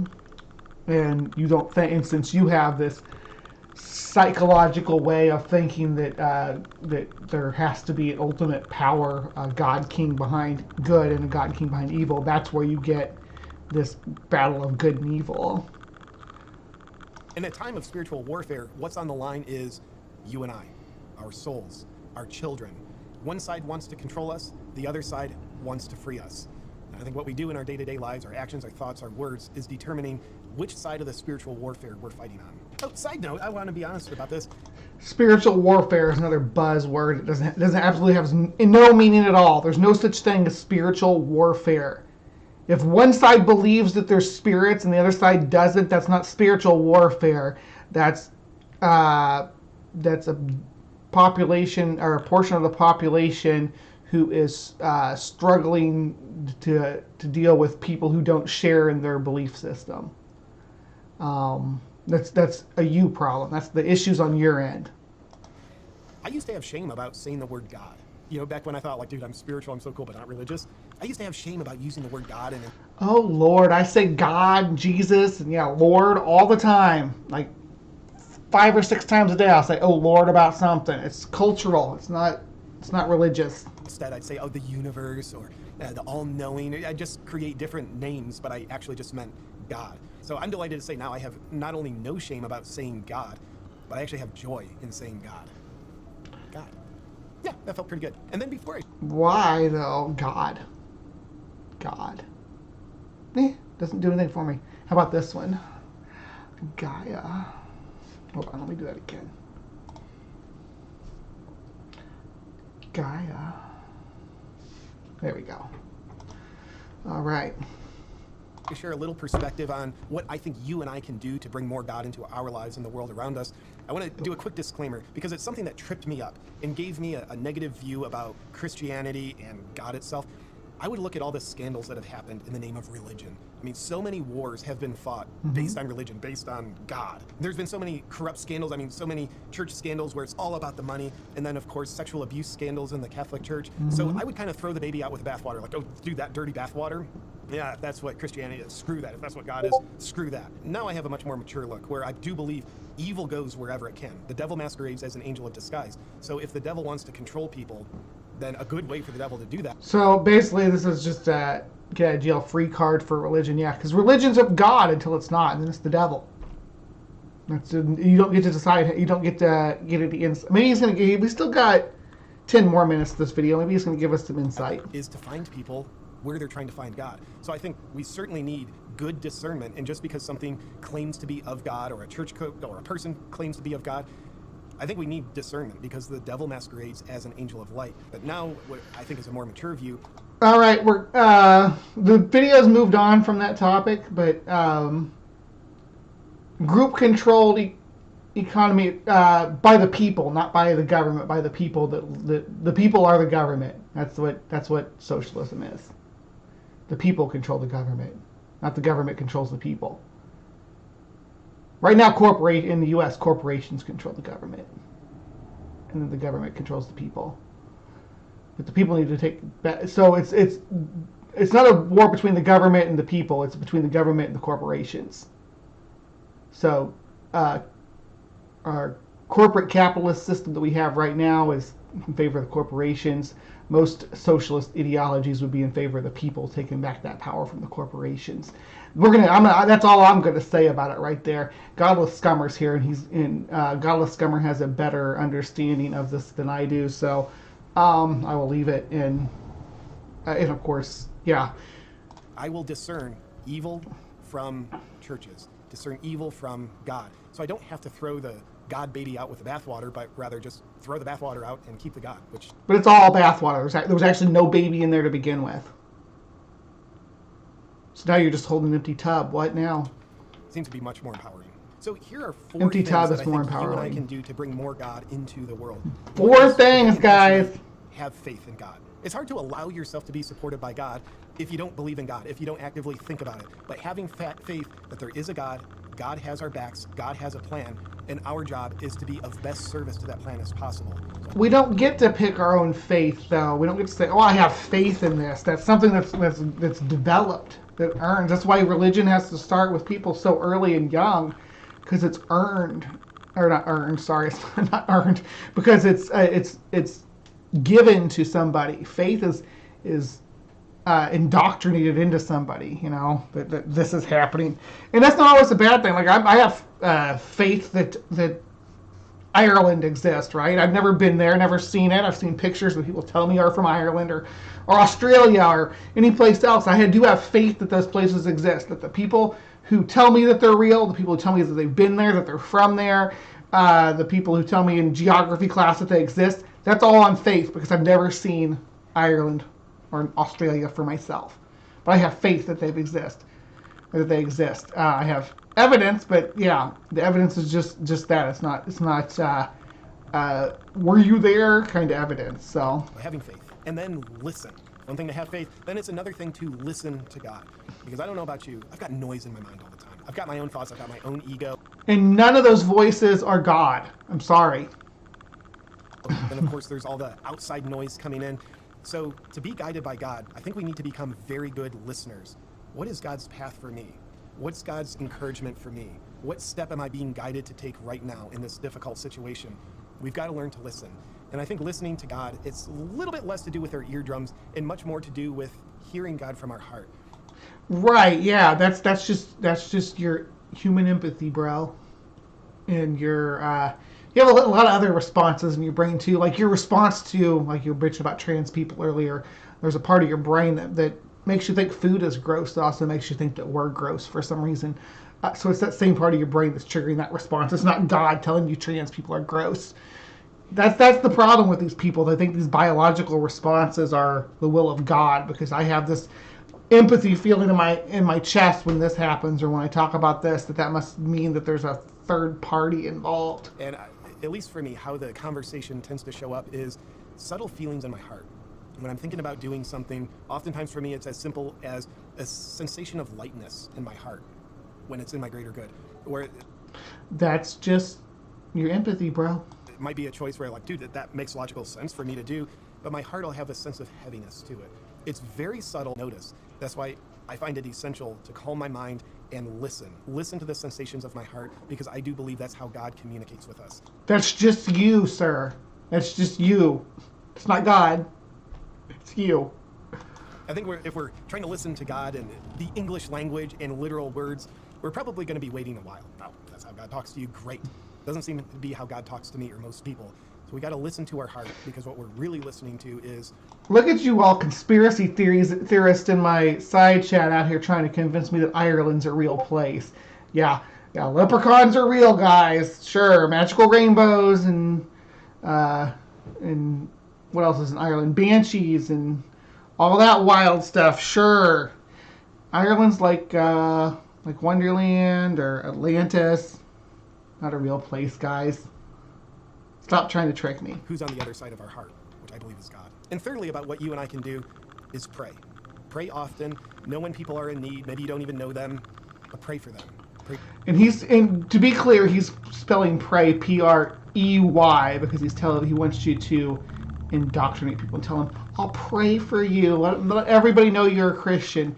If anything bad happens in somebody else's life, somebody loses a child, somebody's going through hard times, somebody's struggling, instead of offering sympathies, instead of offering support or assistance, or just even an ear, instead of doing that, make sure that they know that you're religious, and that you'd rather talk to your imaginary friend about it than actually. And usually when people pray for other people, it prevents them from taking additional. I shouldn't say usually. Sometimes we will pray for other people. It prevents them from taking any additional steps to assist people. Leave it in God's hands, if you will. Pray for yourself, pray for your family, your circumstances, pray for other people, pray for the world at large.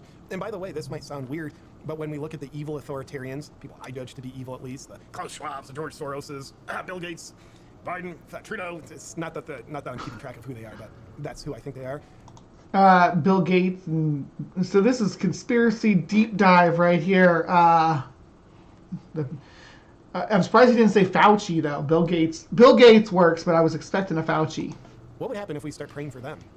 Certainly not praying for their agenda to succeed, but praying for them as the individuals. Because I look at them and what I see is godless people who are driven by their own ego, and I think evil is controlling their ego. I think Biden's Catholic, isn't he? What do you mean? It's not godless people that are oppressors all the time. There's oppressors in every demographic, whether it's atheist or religious, whether it's Christian or Muslim or Jewish, whether it's this culture or that culture, whether it's before or after this schism. People, there's monsters among the population always that will try to drive division and try to stoke fear of the other. So these are maybe people we need to pray for more than anybody else. To have them saved. And by the way, the more they're saved, the more they get God into their lives, which I don't know if that's going to happen or not. But hypothetically, if they got more God into their lives, we save them. Kind of saves us too, doesn't it? And fourthly, about what I think you and I can do is doing our best to live a life of service. A service to God's plan, a service to God's guidance for us. And then we also have to realize to do so, to live a life of service, we have to look at our own egotistical wants, our egotistical desires. Yes, be self-aware. That's fine. I think you need to do some introspection on that. Reflect on your positions a little bit, because it is self-centered, ego-driven instead of being opposed to social progress is beyond me, and wanting to depend on old magical thinking instead of trying to resolve issues. It's so bizarre. They even might be authentic desires, but sometimes we have to be willing to abandon those in order to be of service to God. Now here's a fact. A lot of people would say, dude, you mean not just dedicating my life to, me and serving myself, which is kind of narcissism, but how would I ever be happy if I don't do that? Well, I would say, how about serve the society that you live in, the family that you're part of? I mean, do your best. How would you ever be happy if that's all you do? I believe true happiness, fulfillment, and meaning of life absolutely requires us to be of service to a greater good, to contribute to the greater good of other people. I think that is absolutely what's required for us. Right. So why don't you do that instead of giving your service to an imaginary authority? Instead of doing that, be a service to your fellow man. That seems like a good plan. Let's do that. Happy and fulfilled individuals. Now, not to be confused with the dopamine hits that happen when we gratify ourselves, when we make ourselves feel more significant and certain and in control by just kind of going after our egotistical wants, needs, and desires. We love those dopamine hits. They feel good. They're instant gratification.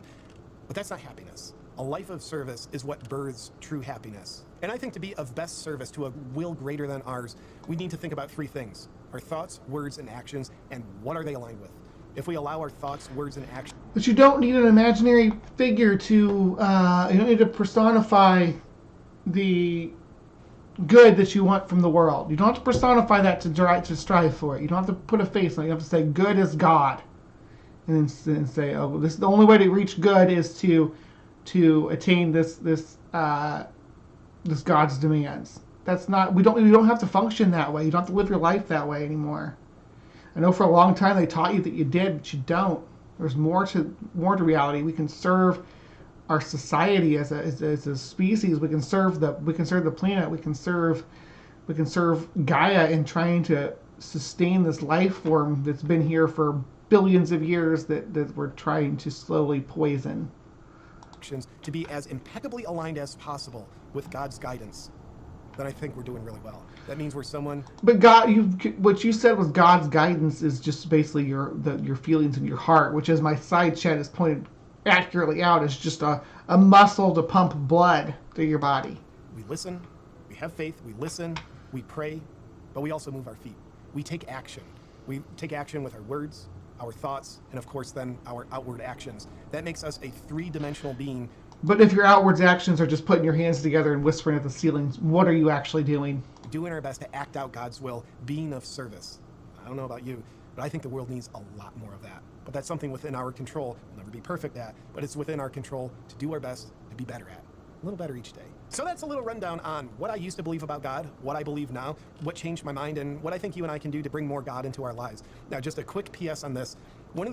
I don't know if you've made any kind of point that makes me think that we need to bring God more into our lives. It sounds like you just want us to have your values, and you personify your values, or at least the good aspects of your values as God, and then you personify the bad aspects of your values as evil or the devil or Satan or whatever, and then you just split people down the middle and say they're either on one side or the other, when none of that comports with reality. The reasons why I like sharing thoughts on what I changed my mind about out loud is I think we live in a world where we're discouraged from changing our mind. But it's like frowned upon to change your mind. Well, what if we learn to frown upon never changing our mind and give ourselves impeccable permission to change our minds? Because if you never change your mind, guess what?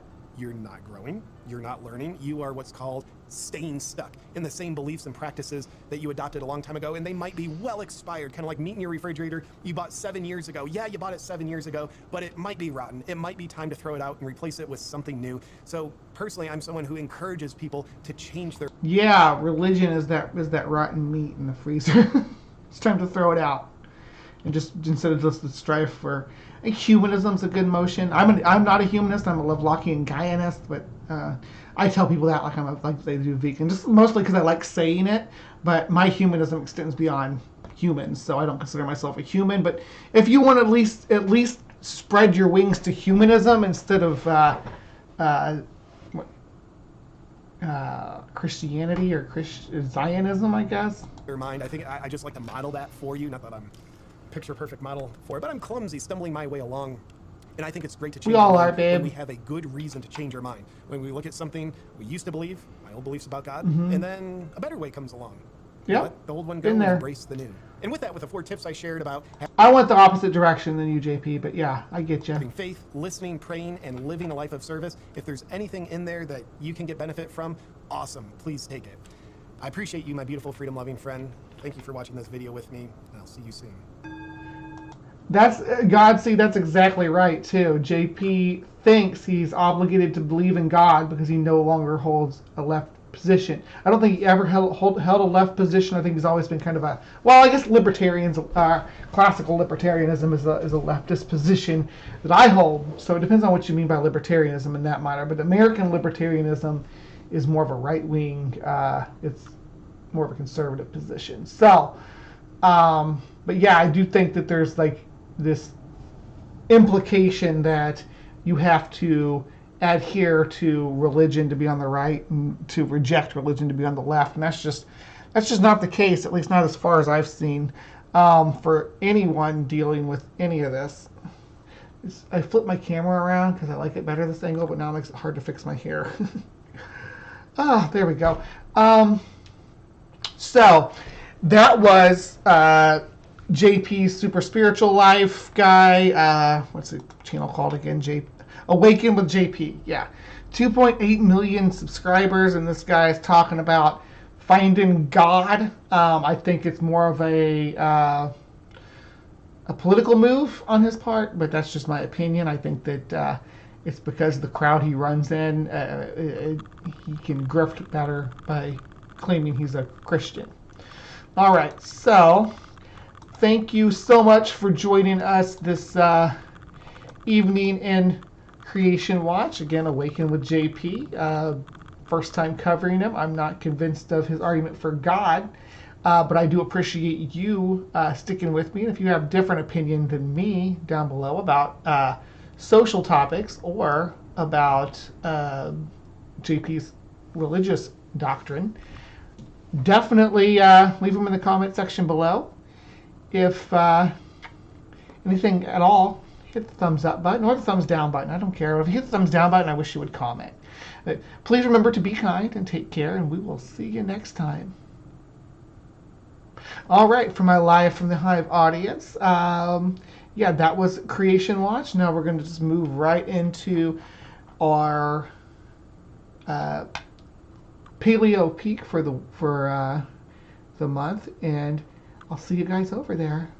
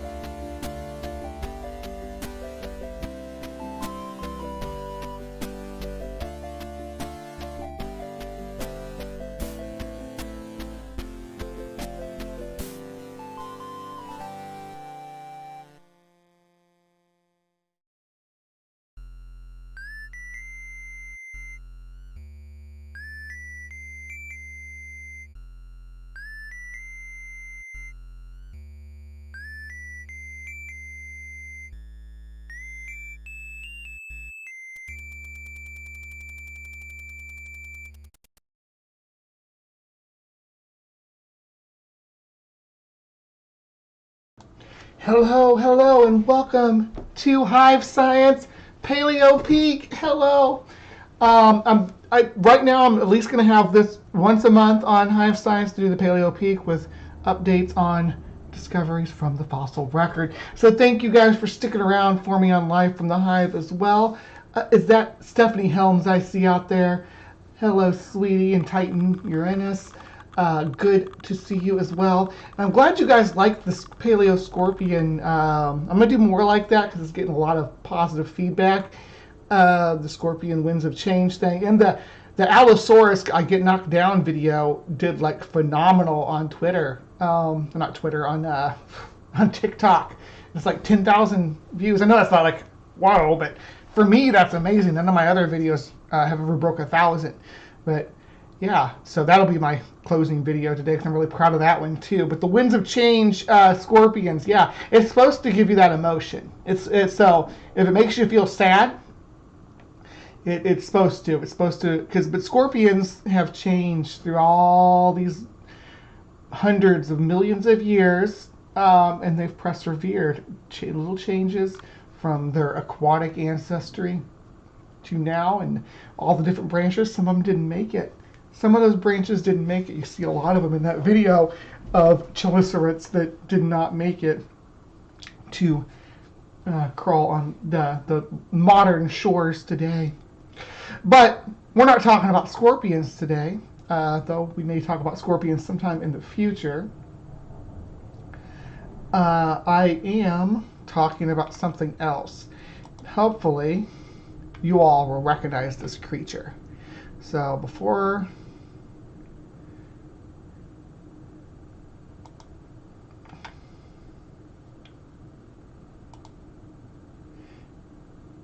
this is a clip from Swimming with Sea Monsters. I'm going to mute it because I don't want to get any strikes or anything.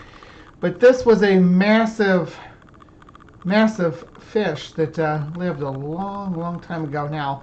At the time, there's things like considered to be like about 30 feet long, about 10 meters or 9 meters. A massive creature. They were considered to be slow swimmers. They've always been considered slow swimmers, but they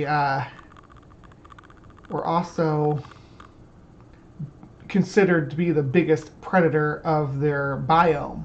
The biggest predator that had existed at the time. So this comes relevant to what we're actually going to be talking about today, because we're talking about some new research that just came out in February, but I finally had enough pieces put together to talk about it. And it's going to involve the size and scale of this creature. Now, years ago, not that many years ago, but some years ago, I think it was 2018, I was in Chicago, and I got to actually see the Dunkleosteus that they have there. They have the skull, the reconstruction. It's kind of the big famous one. It's the one that's big. And I used to argue with people on forums. I actually dug back. You spent all night last night going through the Wayback Machine. Even while I was in Gerstream, I was in another screen going through the Wayback Machine trying to find this conversation I had where somebody was talking about how Dunkleosteus was just this massive macro predator that could, destroy an orca and a great white shark and a megalodon and stuff. I'm like, no, Dunkleosteus was not. I've seen Dunkleosteus. That's not the guy. Dunkleosteus. I mean, I wouldn't swim with a Dunkleosteus, but an orca is going to consider this thing just another food source.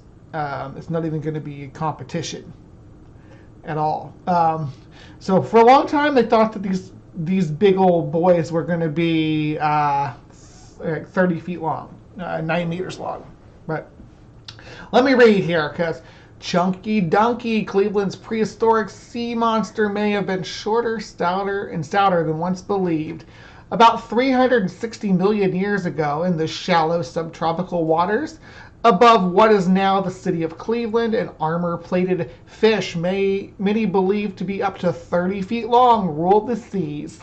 The species, Dunkleosteus tyrrelli, was Earth's first vertebrate super predator and lived during the Age of Fishes, the Devonian, and when North America was near the latitude of what is now Rio de Janeiro.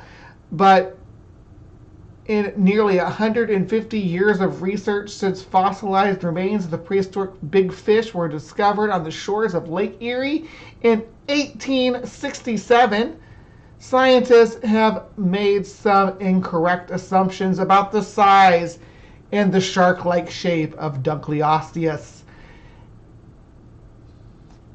In research published this month, a Case Western Reserve University scientists suggest the length of this prehistoric predator may have been greatly exaggerated, that it was much shorter and chunkier. Cleveland mascot, the Ohio's top fish fossil, the Dunkleosteus, is already a strange fish, but it turns out the old size estimate resulted in us overlooking a lot of features that made the fish even stranger, like the very tuna-like torso, said Russell Engelman, a Case Western Reserve PhD student in biology and lead author on the study, published in the Journal of Diversity in February. Some colleagues have been calling it Chunky Dunk or Chunkleosteus after seeing my research. Engelman said he recognized the downside. The iconic Dunkleosteus may not be welcome news because the big fish is essentially Cleveland's mascot when it comes to paleontology. The species even had a Twitter account for a few years. As a native Clevelander, he said he originally had similar feelings.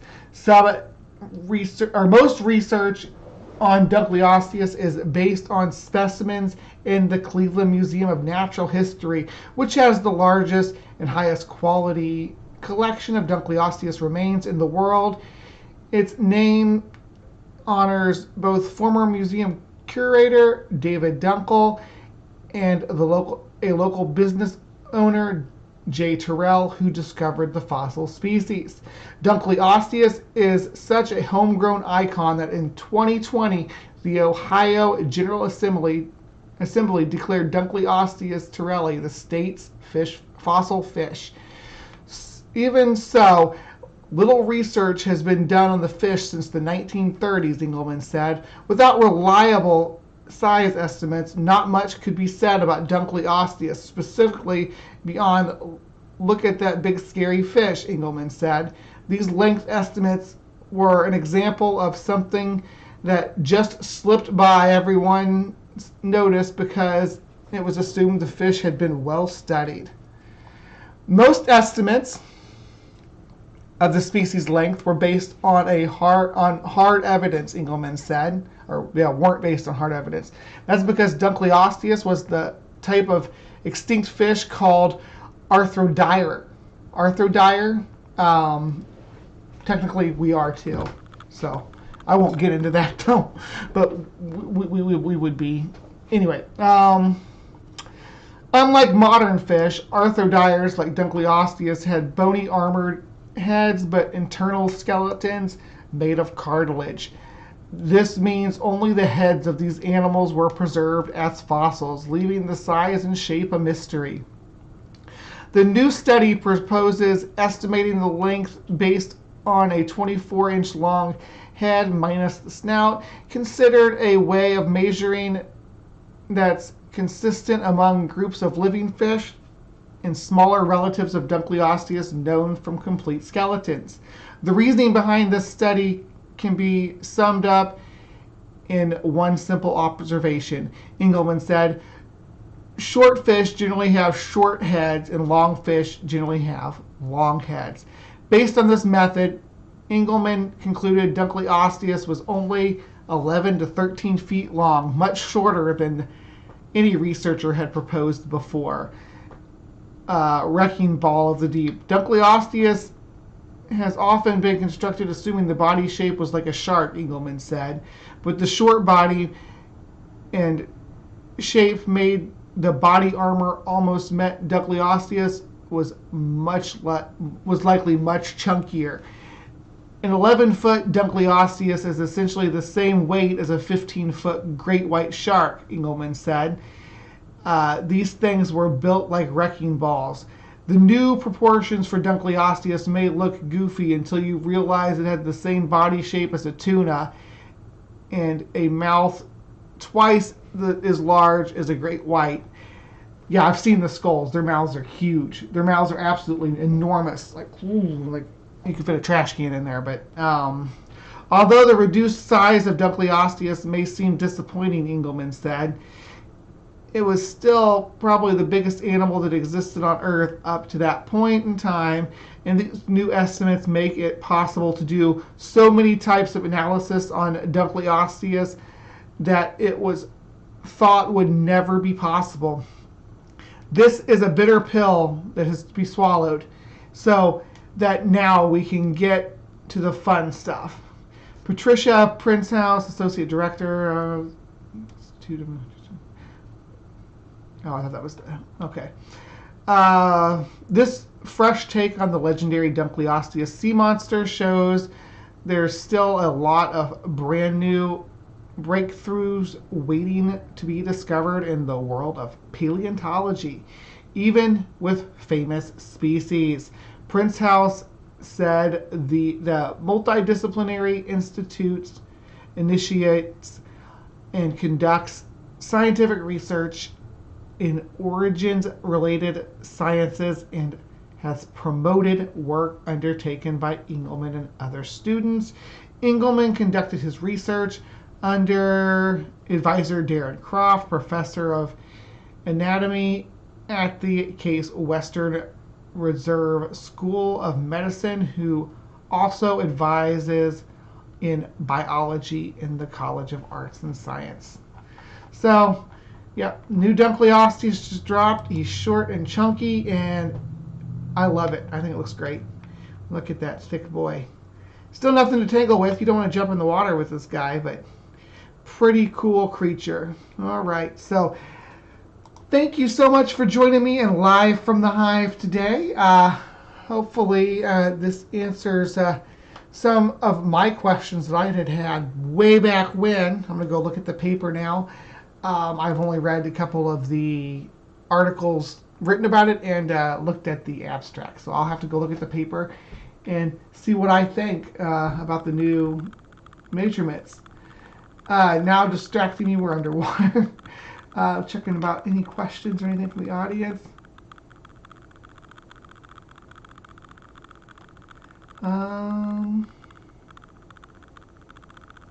So divers 2, once certified, always certified. Okay. Anyway, yeah, so roughly 10 meters. Yeah, but it wasn't really that long. It was only, let's see, at this it's going to be, what they say, 13 feet. So that'd be what, like 4 meters up to maybe just about 4 meters, close to 4 meters. Anyway, yeah, so still a big chunky fish. Thank you so much for joining me in the Hive today, though. Please remember to be kind, take care, and we will see you next time.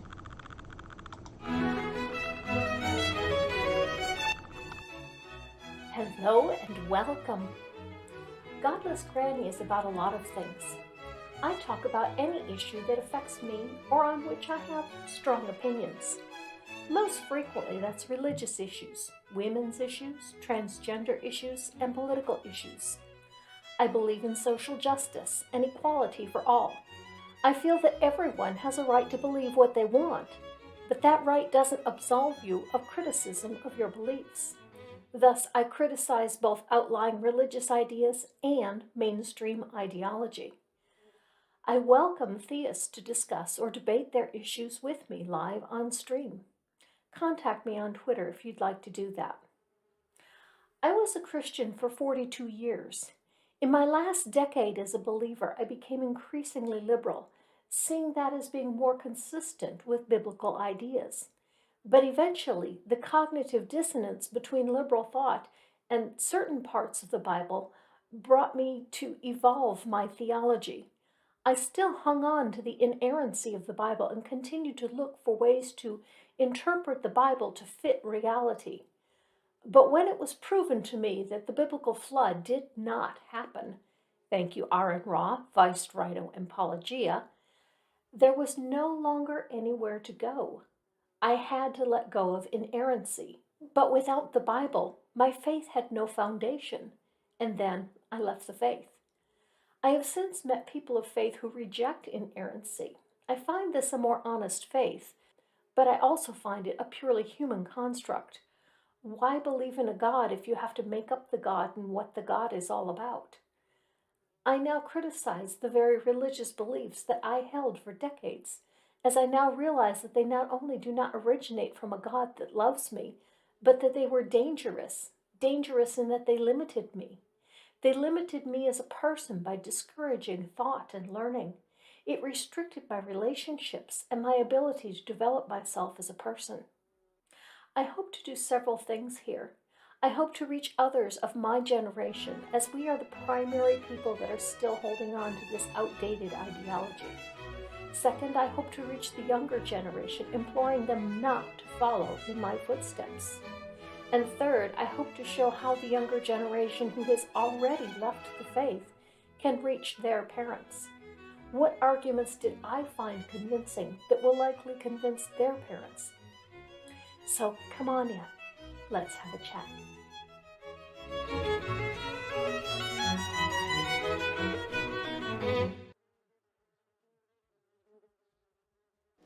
I get knocked down, but I get up again. You're never gonna keep me down. I get knocked down, but I get up again. You're never gonna keep me down. I get knocked down, but I get up again. You're never gonna keep me down. I get knocked down, but I get up again. You're never gonna keep me down.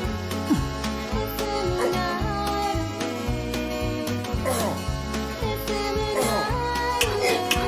He makes a whiskey drink, he makes a vodka drink, he makes a lager drink, he makes a cider drink. He sings songs that remind him of the good times, sings songs that remind him of the better times. Oh, Donny boy, Donny boy, Donny boy. I get knocked down, but I get up again. You're never gonna keep me down. I get